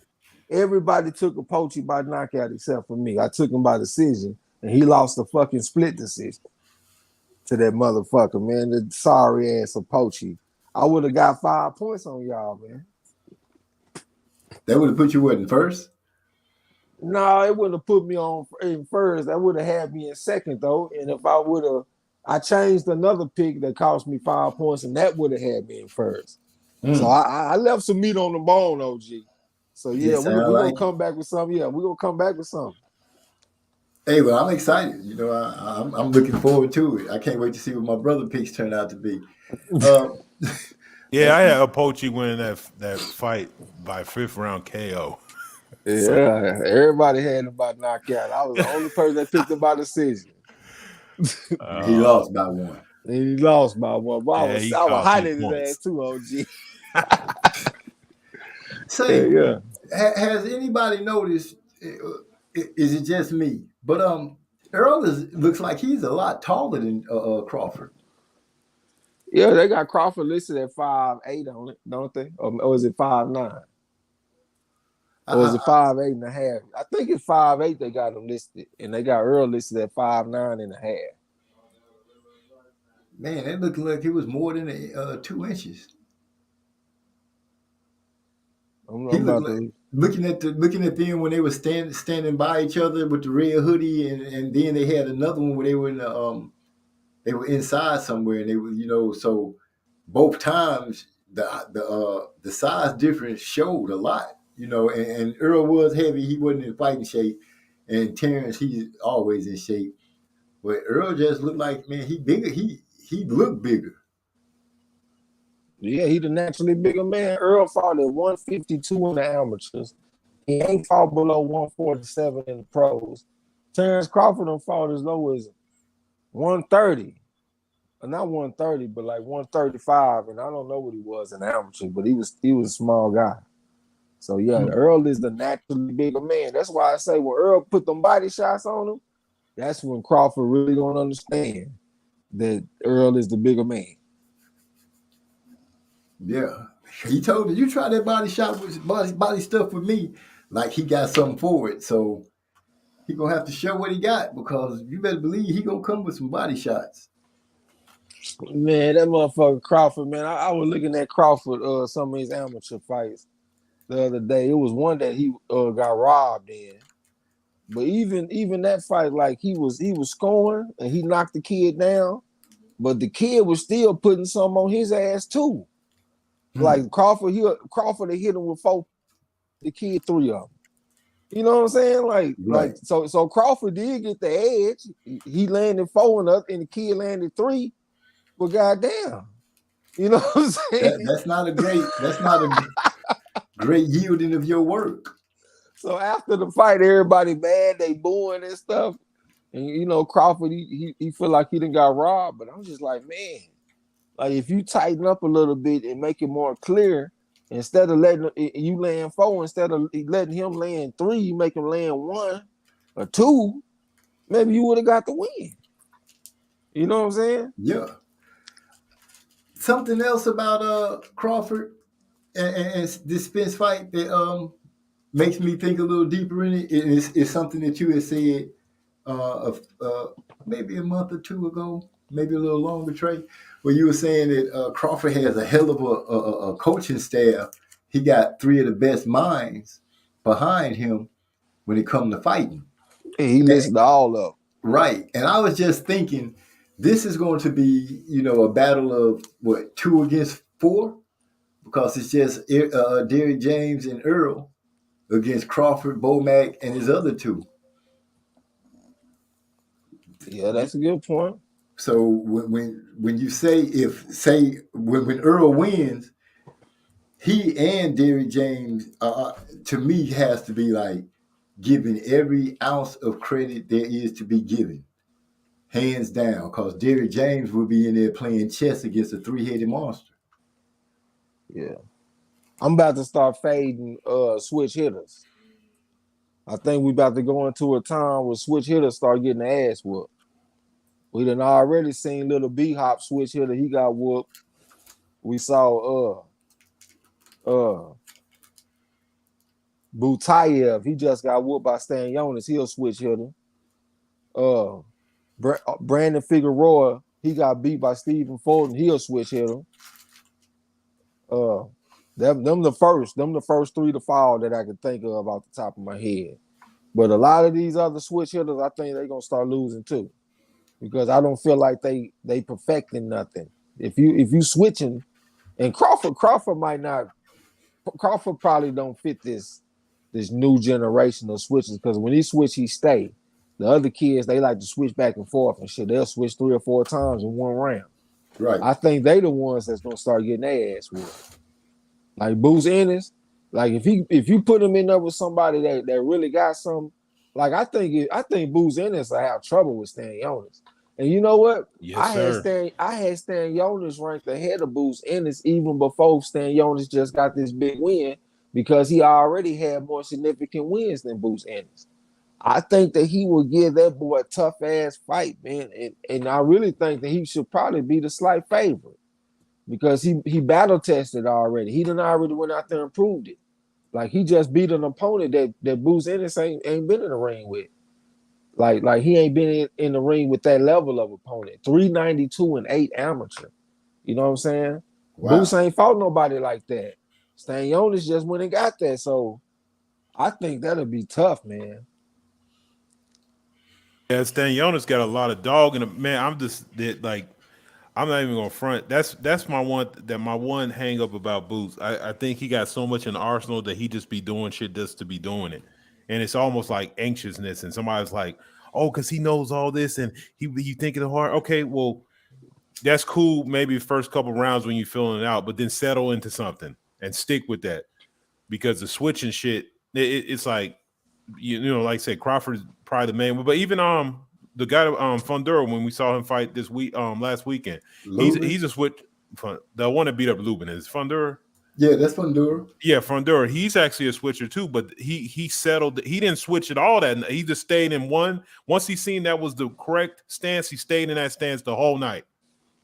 Yeah, you know what I'm saying. So that's the thing about it. So yeah, Boots and Stanios. I think I would be favoring Stanios in that fight too. I think if that's a good fight, man. Them is the type of fights, like I say, these young dudes. There's like 4 of them right there. They need to eliminate one of the other ones by fighting each other and getting it over with. And I'm thinking just right now, because I do feel like Boots got a higher ceiling than Stan Jonas. You know what I'm saying? He got more talent, but I'm not believing in the switch hitting, because I don't have a history of this working. Like the coaches used to talk against this. You know what I'm saying? And now it's like it's the thing to do. And D-Lo brought up a point back in the day. He said that a lot of these switch hitters, they get caught between stands and they pretty much be squared up. I done seen Boots squared up a little bit in fights. What's gonna happen if he gets squared up with a good body puncher like a Earl Spence or a Stan Jonas, and they go to the body with the left hook on his ass and hit him in the liver? Is he gonna have? Yeah, because that's you remember they used to always preach about getting caught in the switch.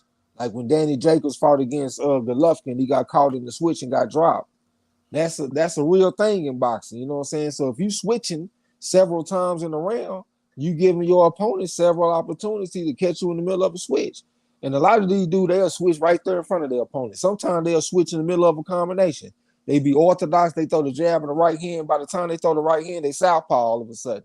I can't even fucking call the fight because they keep on doing the shit. You know what I'm saying? Right. So yeah, I'm gonna start fading that. I just rolled with it with Butayev and I ate crow. I'm about to start fading that shit. Hey, Maestro say, Little B-Hop, yeah, man, Little B-Hop, that's prime time. Christopher Colbert. He went out there and lost a gentleman sweep. He lost 11-1 against this guy. I don't even remember his last name, man. I know that Christopher Colbert was a 50-1 favorite, though. And no, it was 30-1. My bad. He was a 30-1 favorite, and he went out there and lost 11 rounds to 1 and suffered a knockdown in the fight. Yeah, he went out there and shelled up. Just wouldn't even fight back at some point. He got to a point where he was just trying to survive, wouldn't engage at all. Yeah. Just terrible. Master Rod, you still alive over there, man? Yeah, I'm still alive, buddy. Well, I'm going to go ahead and get you to spin something for me while I roll me something up real quick.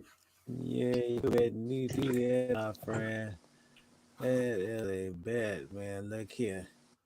I got that little cipher coming out of Track Titan House, Mr. Y'all check this right out right now.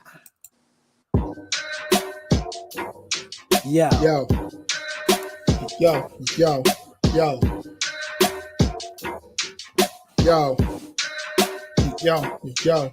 Yo. When it comes to my lyrical thesis, don't be facetious. Calculate what you're going to say, aka speeches. You can play this message for everyone that it reaches. I snatch the pitch from their cores, leave you with spineless speeches. I drop landmines like storming no many beaches. Wait while you recover, attack you while at your weakest. You a hypocrite like a sinner who always preaches.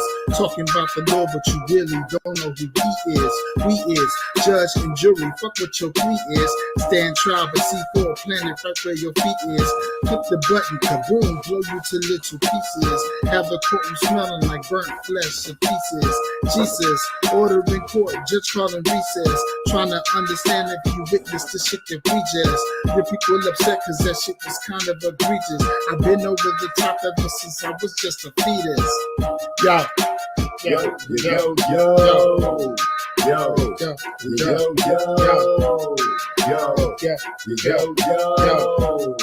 yo, I hear it, baby, practicing to spit it automatic. Understand there's no practicing when you already got it. Who they claiming that they better if you writing then it's no. It's 21 plus, we gon' finally let it go. Damn, Z, always understand this for the family. These niggas out here weak, ain't no way that they can stand me. The plan B, always recognize and never hesitate. You listen to the track, open your mouth and hear detonate. I am Michael Myers to every MC. I am Halloween. Texas Chainsaw in the cypher league. The cerebellum displays the predator. You ain't ready for what I'm ready for. It's whatever, bro. Rest in peace to my competitors.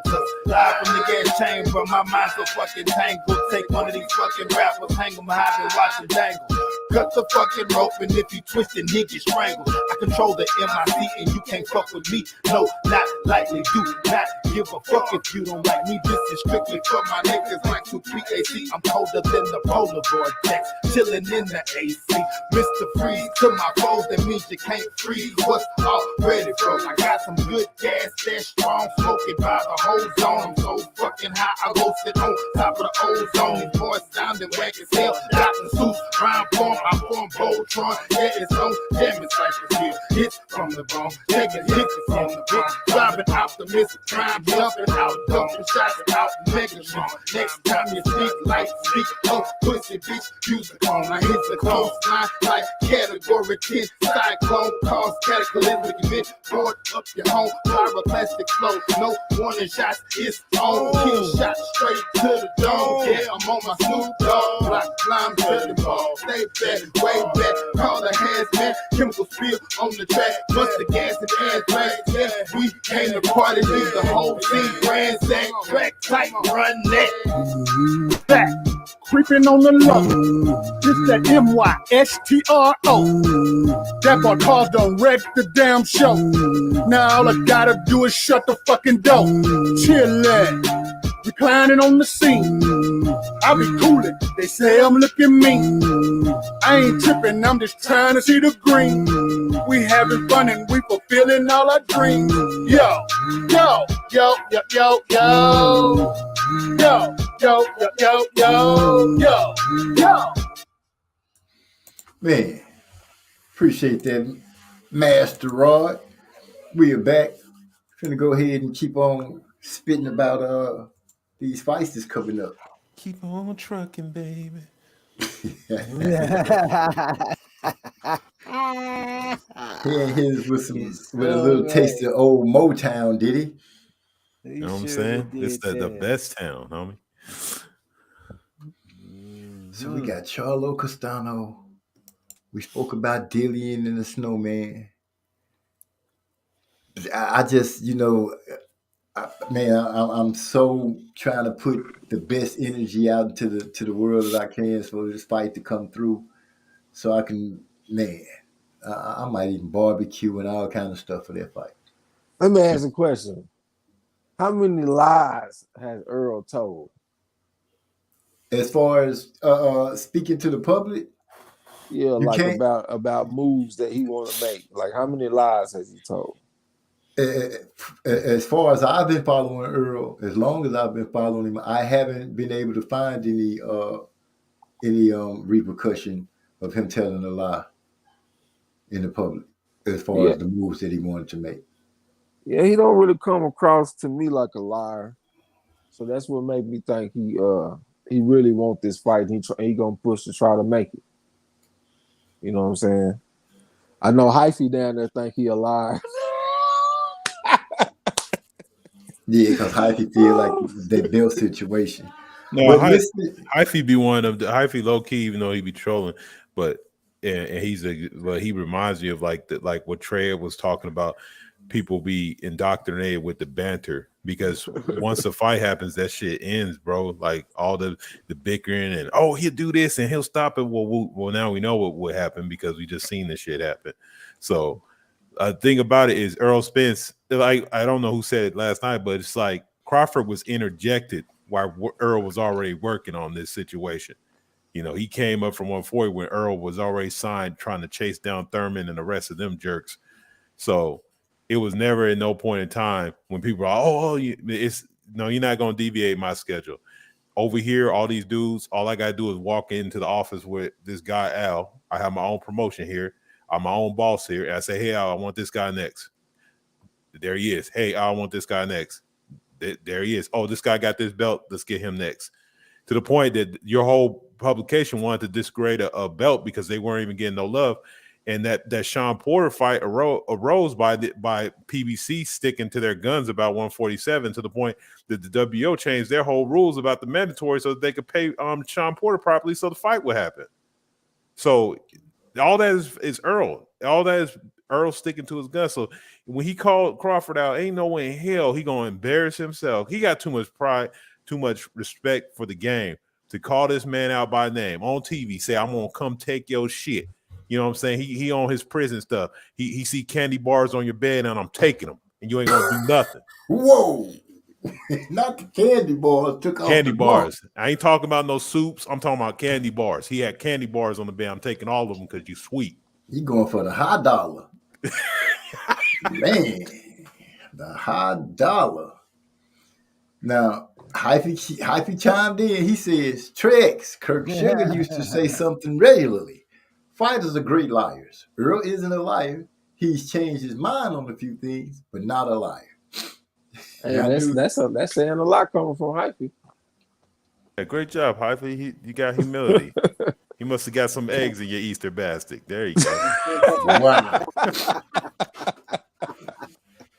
You got the chocolate bunny. Everything is smooth right now. Oh my! Oh my, King, crazy, man. He in his bag tonight. Bum garden. But I do think that we gonna we gonna get this fight, man. You know, Texas niggas. I can't speak for everybody because I'm from Texas. You know what I'm saying? But I know down here in Texas, we don't like people saying our names and shit like that. Like it's all cool. Yeah, you know what I'm saying? Like speaking my name and shit all like that. No, we don't like that. And Earl seemed like he really on some Texas shit. He got him a whole fucking ranch. Every nigga in Texas will take a ranch. I don't give a damn where he at right now. He could be in the city. He could be in the country. If you tell the nigga I got a ranch for you, he'll take that ranch. Without a doubt. That's just what we like down here. So he on his Texas shit, man. He coming out the South Side, the realest, and all this kind of shit, man. I think this dude is really on his shit, and he gonna try to make this fight, man. I really think he gonna try to make that shit, man. I'm gonna say something that you spoke on. He's sure doing a lot of smiling. He seemed real happy lately. Hey, I'm gonna tell you this. I'm gonna tell you who wasn't smiling for long. Ugas came to the ring smiling, but he wasn't smiling for very long. And in the middle of the fight, it was Earl that was smiling. That's what I'm saying. That was interesting. Before the fight, is Ugas smiling, but during and after the fight, is Earl smiling. Man, we got a serious battle coming up, man. I'm gonna say we got a serious battle on the horizon because I can honestly say in my mind, I believe that Earl Spence and Terrence Crawford are the number 1 and number 2 guys. Period. You know, all the fans, it's been spoken already. It is now here, and I know we're finna see the great divide. I'm about to have fun serving crow. I'm ordering all that I can, put it in the deep freezer because it's going down.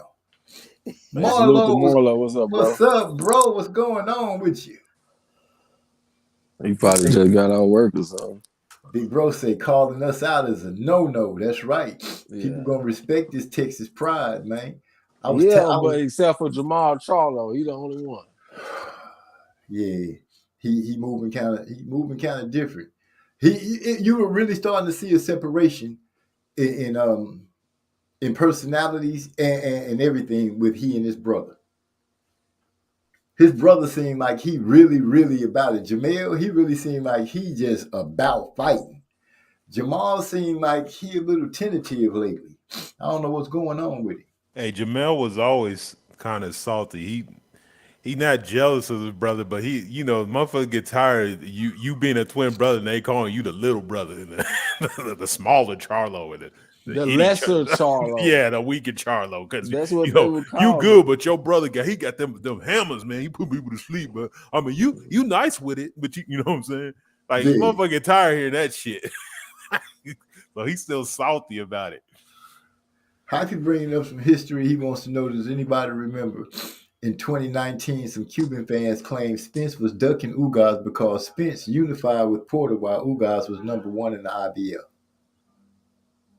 I don't remember that. No, because I don't pay attention to every little knick-knacky thing people say on the internet. I mean, you know, I got my own existence. People always are talking. It just, the internet makes it so I have to listen to it more because it's in your face all the time. So people always say stuff. You know what I'm saying? There's a group of us will come here and say a chick is bad, and the other half will say she ugly. That's just how it is, man. Well, I have learned it in my short life of living that bad and ugly can be in the same sentence because she could be bad to the motherfucker and ugly in the face.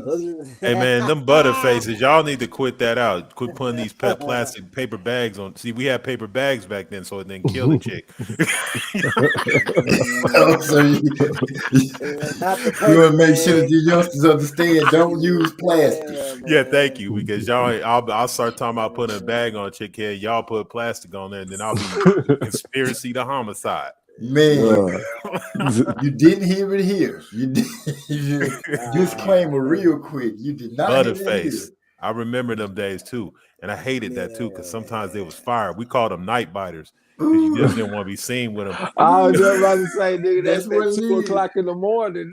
Yes, that's what that is. When you sneaking out, you're not supposed to be. You going over there. You went over that ugly girl house, did you? No, I didn't.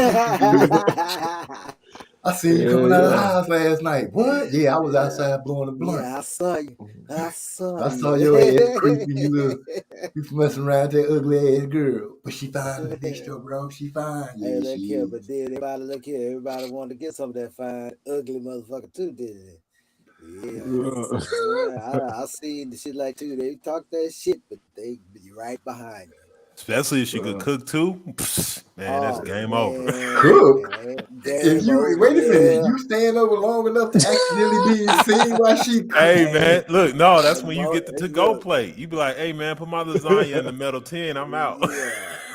Yeah, then you see your picture on social media, nigga, because you done stayed too long. She done posted your ass on her Facebook. Nah, you know, hey man, nowadays them chicks will take a picture of you sitting next to her in the bed. That's why you couldn't fall asleep over there. You had to go. Yeah, I already know. She done posted him and changed her profile picture and her status. My new man. Yeah. Cause Kenfo wanted to get a plate of lasagna.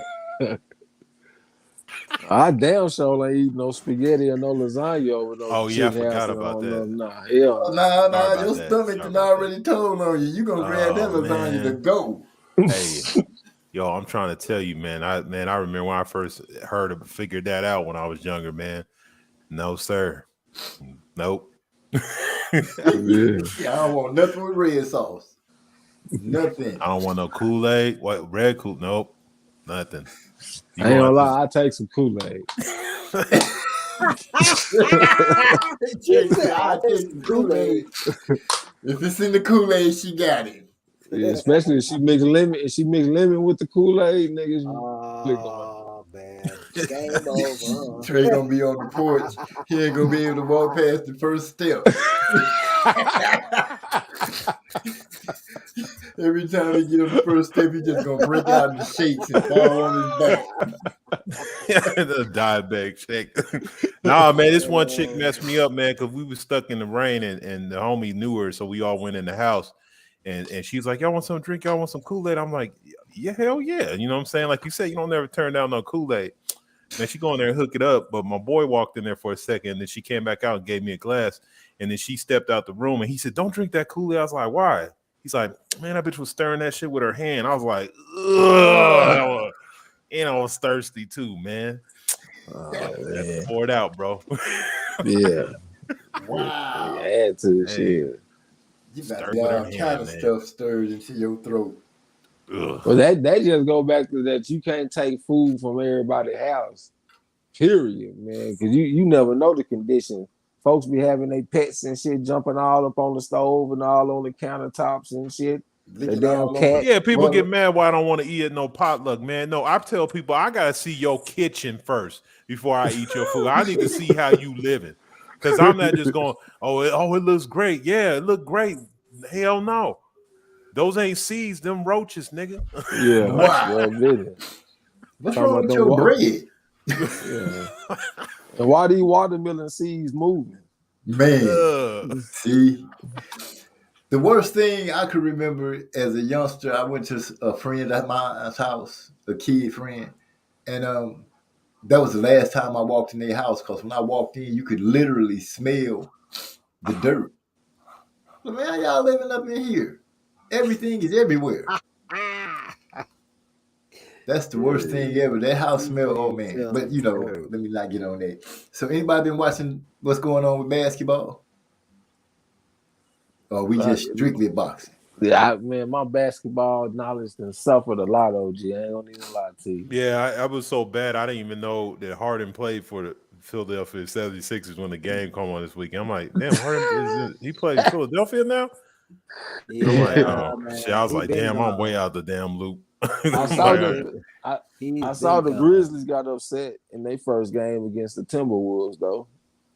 Yeah, I was watching one of the games last night, but I fell asleep on it. So it was the 76ers, because Doc Rivers, he they coach, right? Yeah. Now that surprised me, because I was like, I thought he coached Kawhi. The Clippers. Yeah, the Clippers. No, he been gone from there, man. After that, you know, that whole stuff went down. He stayed a couple more years after that, and then I think he left that, like, either that first year Kawhi was there, Yeah, I think it was the first year he was there. But you know, Oh, Doc wow. Rivers stayed getting the job, man. He stayed making dudes perform well. So, you know. Oh, but my favorite coach in the game, you know, I don't know how they're doing this year, but I like Nate McMillan down in Atlanta, though. Oh, with the I Hawks? think the Heat gonna win the whole thing. Really? I don't know shit about basketball that's going on, but whenever I see the Heat, it's something about them motherfuckers. They seem like they tough as a bitch. Like, because one thing about me in sports, I always like to ask myself, if out of these two teams, who will win a fight? And it seems like the Heat will win the most fights. So I think they probably got some good defense. I know they got some good players, Jimmy Butler and all the motherfuckers. They got a good coach, Eric Spoelstra. They got the OG presence with like Udonis Haslem and shit like that. I think they got enough to go win it. Wow. I might be talking crazy in the bitch. That's just what it seemed like to me, though. Big E say, bro, you know you out of touch. Yeah, that's why I'm really not, you know. I was just asking to see if anybody had, you know, because Ebony, my oldest daughter, embarrassed me the other day. She was like, Dad, I heard that I heard you don't follow the Bulls no more. I'm like, you tripping. Who told you that? Don't fall for the okie doke. She said, well, they in the playoffs. I was like, oh, damn. Look, Big E said that he got action in the East. Okay. Right? Yeah. Man, I ain't gonna lie, basketball, man. It's in and out for me so much, man. I don't know. It's just maybe it's been the last several years. No, it's been long there, but this style of play kind of, I don't know. It just don't do it for me the same way like, you know, it used to. I'd rather watch boxing, but it's not enough of it. So, you know, occasionally I'll watch some games here and there, but nah, boxing. I'm be honest, I'm probably strictly boxing right now because I don't really watch any football. So yeah, I don't watch any football or basketball really anymore. I still love the Bulls. You know, if somebody say they playing, I'm gonna ride with them. That's just I don't me. like no sport I can't bet on. I can't really bet on basketball. I ain't got nothing except for playoffs. Playoffs I can bet off the home road dichotomy. You know what I'm saying? But for the most part, I can't bet on basketball. I'm much better at football and boxing. You know what I'm saying? So it just don't have my interest. Boxing has consumed all sport activity for me. Yeah, it's just boxing. I don't really watch. I don't watch nothing else. It don't even cross my mind to watch anything else. Well, gentlemen, I know it's about 10:30. That's about what time I usually wrap it up. Plus, I got to go to work in the morning. Oh man, you gonna show up? Damn. I gotta go work. Yeah, I'm sure. I gotta get that. Yeah, he said it ain't exclusive to you. Everybody gotta go to work. I like making my money. Don't do it like that. Anybody got anything to say? I appreciate you guys being on the panel with me as always. King of Kings, great having you and Trey. It's always a pleasure. You know, this the house. Y'all got a key. Y'all know how to get in. Anybody want to say anything? Hold on, Hyphy. He say, if you start watching basketball at any point over the last decade, leave it alone. You won't even recognize the game now. 6'7" centers, players pass up easy layups to shoot threes, no defense. Yeah, you're right. That don't sound like none of the game that we used to play back in the day. Yeah, and that's a small ass. Yeah, that's exactly what I'm talking about.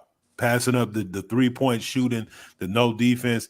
Like Harden to me is the epitome of why I hate basketball. Like I just do not understand a nigga that just don't want to participate but on one side of the game. I love defense. That was always my favorite part of the game. Wait a minute, who running with a 6'7" center? What center is cold like that? But you know they play small ball now, though. OG. Yeah. The traditional center is taking out the game. They rather shoot threes and stuff now. They want to space the flow and shit. So players like LeBron can navigate the lane without it being clogged up with centers with their back to the basket. I like defense. You know what I'm saying? Like I remember them Pistons, with them 04 Pistons. When they was only letting people, they was only letting people score 70, 80 points a game. Yeah, that's it. I like that shit. They went out there and beat them Lakers. Yeah, when you can stop a team from scoring, that makes it a lot better for you to stand a chance of winning. Yeah, man, cause like you'll see a guy, he go out there and he scored 30 points, but his man scored 35 points. You know what I'm saying? Yeah. But look, I wasn't trying to crank up no serious conversation though, because I know that you just said you want to shut this down. So I'm gonna go first, man. I definitely appreciate you letting me get on the panel, OG. You know what I'm saying? Much love to you, man. Much love to everybody in the panel, man. They definitely do feel like we all like a family, man. Square business, you know what I'm saying? So I definitely got love for y'all, man. I appreciate all the support that y'all give us. Appreciate the support that's coming towards this channel. You know what I'm saying? Salute to my boy Marlo in the chat. Derek Bailey, Hyphy with his gold smelling ass, but I like Hyphy though. You know what I'm saying? Salute to everybody, man. Much love. Y'all come through. Hell, I don't know, man. Y'all come through when we go live though, man. We're gonna put it down. All the time. That's what's up, man. King, you got something you want to say? Hey, man, just salute. And we're going to keep on running this Champ Ross till we get to the top. You feel me? Hey, somebody got to be the boss. We got to have a champ come through somewhere. Hey, Master, you heard him. Without a doubt. Master Rod, if you please, take us out. I'm going out of here, man. And once again, I want to thank you guys for being on the panel, man. Hey, this is coming out the Track Titan House, man, called Smoke Some, man. Smoke Something.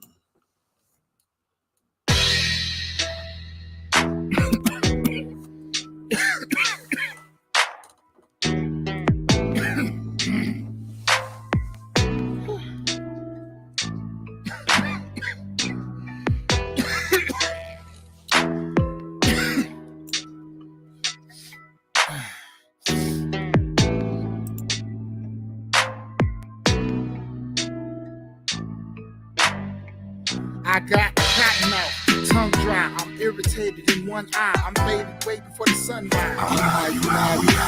My movement is slow, sloth life, I move slowly. My highs locked, but I'm low key. Them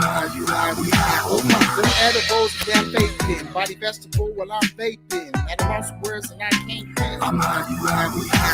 My head space is all smoke. I cough heavy with a light choke. I look up as my thoughts float. I'm so big like a paper clip. You know you can't undo me, it doesn't make no sense. Smoking on that loud, I'm flying in the cloud. You know you can't fade me, you know that's not allowed. Master Rod be my name. Every time you hear it, it be no shame. You see, I'm rising to the top. 21 deep, it ain't no doubt. You heard? I got cotton out, tongue dry, I'm irritated in one eye. I'm faded waiting for the sunrise. My movement is slowly, sloth life, I move slowly. My highs locked, but I'm low key. Them edibles, damn vaping, body vegetable while I'm vaping. At a loss of words and I can't win. My head space is all smoke. I cough heavy with a light choke. I look up as my thoughts float. I got blunts to the bitch to the blunt. I got that weed in my hand, so smoke is what my lungs want. Yeah, I get it low when I hit that hoe. I got an eighth in my hand, trust, we about to roll smoke. I sip a little, yet I blow a lot. Looking like a wizard reappearing as I'm smoking up the spot. Puffing on some purple herb, chewing on some Delta 9. Follow with some gelato, sipping on a little I wine. got cotton out, tongue dry, I'm irritated in one eye. I'm faded waiting for the sunrise. My movement is slowly, sloth life, I move slowly. My highs locked, but I'm low key. Them edibles, damn vaping, body vegetable while I'm vaping. At a loss of words and I can't win. My head space is all smoke. I cough heavy with a light choke. I look up as my thoughts float. So high, so high. We get high, so high, so high. Rolling up these blunts, about to hit these streets. Trying to figure out what I'm gonna put on. My tennis off my cleats. Outstanding feeling on this old school skunk. Back in my David Wonder weed, we call it bunk. I got cotton out, tongue dry, I'm irritated in one eye. I'm faded waiting for the sunrise. I'm high, you high, we high. My movement is slowly. Sloth life, I move slowly. My highs locked, but I'm low key. I'm high, you high, we high. Them edibles, damn vaping. Body vegetable while I'm vaping. At a loss of words and I can't win. I'm high, you high, we high. My head space is all smoke. I cough heavy with a light choke. I look up as my thoughts float. I'm high, you high, we high. Call up my plug, my nigga, what's up? What it look like? That good gas, he sent a pic. I saw the flavors, banana monkey, headbang, sour diesel, runs two, Elliot Cushman, presidential, that George Bush, backwoods and raw papers. I'm set for it. Get the plug outside, walk back in the house, blast off. Bombs loaded, it's blast off. Only that good green, no punk, cause that's trash, dog. Only that good green, only that good green, no punk, cause it's trash, I got dog. cotton mouth, tongue dry. I'm irritated in one eye. I'm faded, waiting for the sunrise. I'm high, you high, we high. My movement is slowly. Sloth life, I move slowly. My highs locked, but I'm low key. I'm high, you high, we high. Them edibles, damn vaping. Body vegetable while I'm vaping. At a loss of words and I can't win. I'm high, you high, we high. My head space is all smoke. I cough heavy with a light choke. I look up as my thoughts float. I'm high, you high, we high. I'm high as a satellite. Off that plush weed, these niggas is eating grass like that cattle like. I'm faded, watching half baked with a whole cake on a cold plate. Got the munchies late like my road date. I close the toll gate, roll a joint, spark it up, take a puff, and proceed to make that whole way. My bars ice like a froze lake. My flow's great. When you listen to weed, the combo makes your soul shake. Cotton mouth, tongue dry. I'm irritated in one eye. I'm faded, waiting for the sunrise. I'm high, we high. My movement is slowly. Sloth life, I move slowly. My highs locked, but I'm low key. I'm high, we high. Them edibles, damn vaping. Body vegetable while I'm vaping. At a loss of words and I can't win. I'm high, we high. My head space is all smoke. I cough heavy with a light choke. I look up as my thoughts float. I'm high, we high.